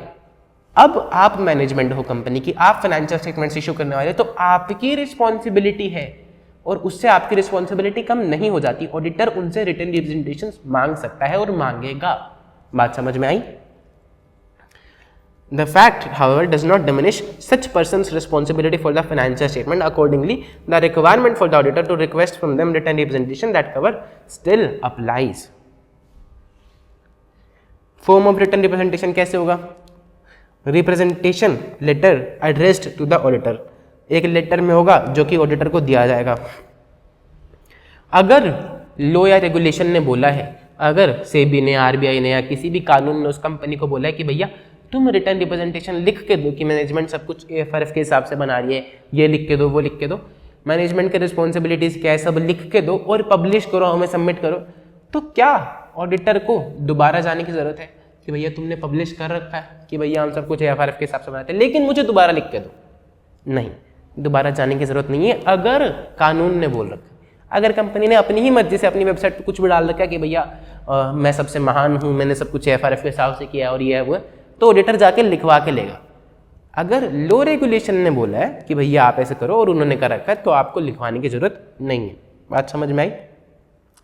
फिर अगर ऑडिटर को डाउट आता है रिलायबिलिटी ऑफ रिटर्न रिप्रेजेंटेशन पे, उन दो लोगों से आपको पता चला चाय की टपरी पे कि भैया 2 केस और चल रहे हैं, लेकिन मैनेजमेंट ने लिख के दिया कि भैया 5 ही केस चल रहे हैं जिसमें वो 2 केस तो थे ही नहीं। अब आपको क्या है, आपको डाउट आ रहा है, आपको लग रहा है कि रिटर्न रिप्रेजेंटेशन इनकंसिस्टेंट है, तो आप फर्दर ऑडिट प्रोसीजर्स परफॉर्म करोगे उस मैटर को सोल्व करने के लिए। अगर मैटर स्टिल अनसोल्व रहता है तो आपको लगेगा कि भैया एक में झूठ बोल रही है, हो सकता है बाकी रिटर्न रिप्रेजेंटेशन भी झूठी हूँ। अब आपको मैनेजमेंट की नीयत पे शक होने लगता है। If the matters remain unsolved the auditor shall reconsider the assessment of competence, integrity, ethical values और डिलीजेंस ऑफ मैनेजमेंट, और उसका इफेक्ट देखेगा रिलायबिलिटी ऑन रिप्रेजेंटेशन। अगर उसको लगता है कि रिटर्न रिप्रेजेंटेशन नॉट रिलायबल है, रिलायबल नहीं है, तो वो अप्रोप्रिएट एक्शन लेगा। ऐसे 705 के हिसाब से डिस्क्लेमर ऑफ ओपिनियन वो दे सकता है। बात समझ में आई? सही है। डिस्क्लेमर क्यों सर, एडवर्स क्यों नहीं? क्योंकि यहां पर उसको सफिशिएंट एविडेंस मिला ही नहीं, उसको जो एविडेंस मिला वो रिलायबल नहीं था, तो सफिशिएंट एविडेंस मिला ही नहीं उसको। ठीक है, एडवर्स तब देते हैं जब वो कंक्लूड करता है एविडेंस के साथ, एडवर्स तब देता है जब वो एविडेंस के साथ कंक्लूड करता है कि भैया ये गलत है। यहाँ पर तो एविडेंस मिला ही नहीं उसको पूरी तरह से। अगर रिटर्न रिप्रेजेंटेशन मैनेजमेंट नहीं देती है तो वो क्या करेगा, मैनेजमेंट के साथ डिस्कस करेगा कि भैया ऐसा क्यों कर रहे हो मेरे साथ। मैनेजमेंट की इंटीग्रिटी को रीवैल्यूएट करेगा कि भैया मैंने तो बढ़िया आदमी समझे थे, तुम तो हो नहीं पर देव मानुष। तो और अप्रोप्रिएट एक्शन लेगा, जैसे कि एस 705 के हिसाब से डिस्क्लेमर ऑफ ओपिनियन देना। अगर ऑडिटर डिस्क्लेम करता है एस 705 के हिसाब से, ऑडिटर कंक्लूड करता है कि भैया अगर ऑडिटर कंक्लूड करता है that there is sufficient doubt about the integrity of management, कि जो रिटर्न रिप्रेजेंटेशन है वो रिलायबल नहीं है, मैनेजमेंट डज नॉट प्रोवाइड, ये बोलता है कि ऑडिटर को कब डिस्क्लेमर देना चाहिए। दो केस में उसको डिस्क्लेमर देना चाहिए, जब उसने कंक्लूड कर लिया कि जो मैनेजमेंट की इंटीग्रिटी है उस पर उसको प्रॉपर डाउट है, उसको शक है कि मैनेजमेंट की इंटीग्रिटी सही है, मैनेजमेंट ऑनेस्ट नहीं है, उसको ऐसा लगता है और रिटर्न रिप्रेजेंटेशन जो इसने दिया वो रिलायबल नहीं है। दूसरा, मैनेजमेंट ने रिटर्न रिप्रेजेंटेशन नहीं दी है regarding the completeness of transaction, कि भैया हमने जो आपको दिए सारी इन्फॉर्मेशन वो कंप्लीट है, इसके बारे में मैनेजमेंट ने रिटर्न रिप्रेजेंटेशन नहीं दिया है, अब auditor disclaimer of opinion issue कर सकता है। बात समझ में आई? ये था आपका पूरा एस से 580, छोटा सा एस था। आई होप आपको समझ में आ गया होगा अच्छा सा। थोड़ा सा मैं बीच में रुक जाता हूँ देखने के लिए, क्योंकि ना बच्चे नहीं अभी क्लास में, मैं सिर्फ कैमरा के आगे खड़ा होकर पढ़ा रहा हूँ, तो ना थोड़ा अजीब लगता है वो, पर सही है। आई होप कि जहाँ तक मैंने आपको जो बातें समझाई हैं वो आपको सही समझ में आ गई होंगी। ये सिर्फ एक लेटर है, रिप्रेजेंटेशन लेटर, जो हमने देखा था। रिवीजन वीडियो में ये सब पढ़ने की ज़रूरत है नहीं, हम छोड़ देते हैं इसको। जहाँ तक आपका कंटेंट था जो पेपर में आ सकता है मैंने आपको अच्छी तरह समझा दिया। कोई भी डाउट, दिक्कत, परेशानी हो आप मुझे मैसेज कर सकते हो 9817664456। सही है? अगर आपको लेक्चर अच्छा लगा तो आप लाइक करें, मेरे को मैसेज कर सकते हो, कमेंट कर सकते हो अच्छा सा, ठीक है। अगर आपको व्हाट्सएप ग्रुप में जुड़ना है तो आप मुझे इस नंबर पे मैसेज कर सकते हैं, मैं आपको व्हाट्सएप ग्रुप में ऐड कर लूँगा। चलो ख़त्म करते हैं आज का लेक्चर। अगर आप में से किसी को मेरा व्हाट्सएप ग्रुप ज्वाइन करना, व्हाट्सएप पे मैंने तुम लोगों के लिए व्हाट्सएप ग्रुप बनाया है, जिसमें मैं कुछ इंपॉर्टेंट लिंक्स, कुछ नोट्स और भी काम की चीज़ें, ICI के इंपॉर्टेंट अपडेट्स शेयर कर देता हूँ। प्लस में तुम लोग आपस में बातचीत करके अपने डाउट्स सॉल्व कर सकते हो, और भी कुछ हेल्प चाहिए रहती है किसी स्टूडेंट को, तो हम लोग उस व्हाट्सएप ग्रुप में, उस व्हाट्सएप कम्युनिटी में एक दूसरे की हेल्प करते हैं। तो अगर किसी को व्हाट्सएप ग्रुप में ऐड होना है तो प्लीज़ मुझे आप मेरे नंबर पे मैसेज कर सकते हैं। This is my WhatsApp number 9817664456। सही है?